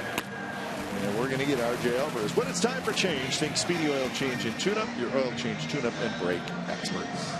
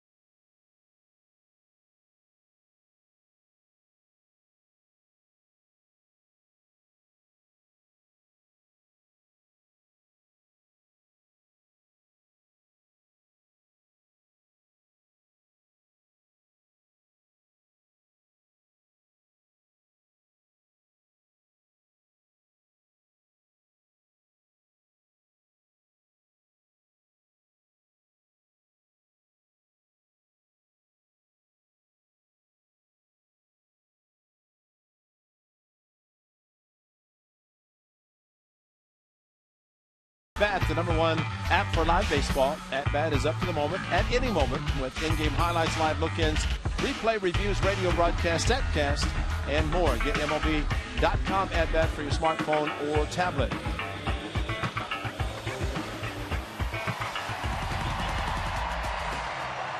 So the bases are loaded, nobody out.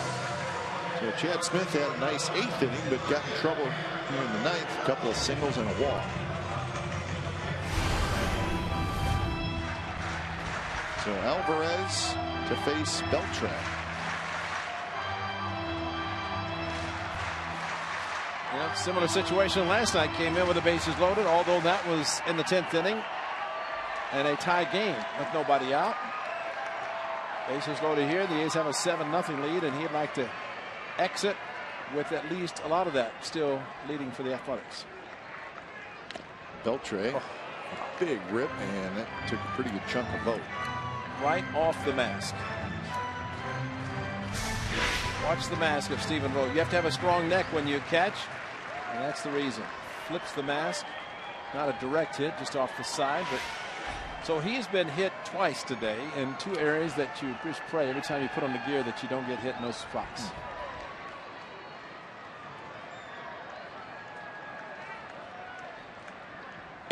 Beltran chased a high fastball, and it's 0-2. Martin at third, Andrus at second, Prince Fielder at first. Beltran is 0 for 4 today.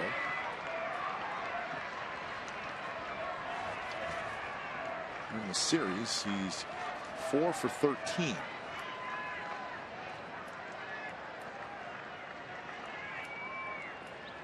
And he chased a hard slider, and Beltran strikes out. So tough day for Beltran, 0 for 5 with 2 strikeouts. Well, this time all he's wanting to do is just put the ball in play, but elevated fastball, slider down in the dirt or close to the dirt. And Beltran, not an at-bat that he'll be thinking about tonight. Not a day, just a couple of home runs, 4 runs batted in for the veteran third baseman. So 1 out. Here's Chu. Chu is 1 for 3, a walk and a double. And there's a strike.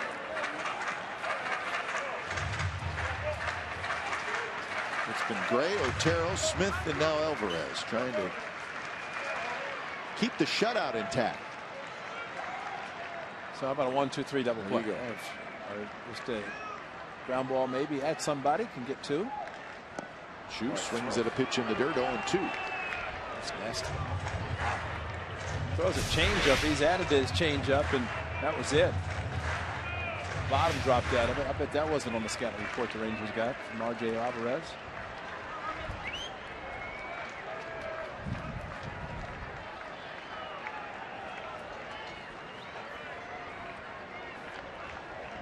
So 0-2. Here's the pitch to Chu.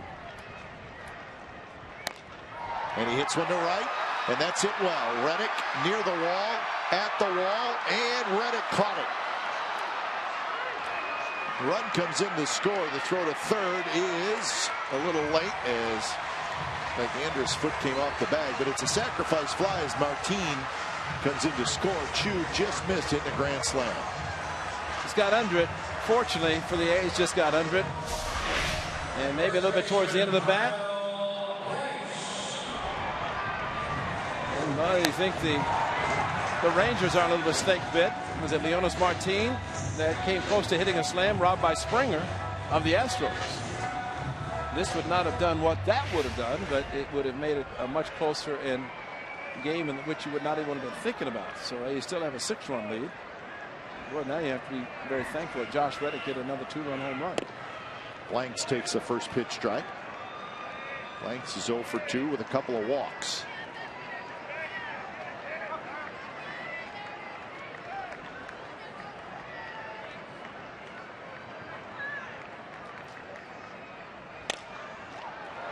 Laurie backhands. He'll go to second, and that's the ball game. So the A's win it this afternoon, and they win the series 2-1. So the final score this afternoon from Globe Life Ballpark here in Arlington, it's the Oakland A's 7 and the Texas Rangers 1. You've been watching Oakland A's baseball on Comcast Sportsnet California. Don't go away. A's postgame live with Brody and Carney starts right now.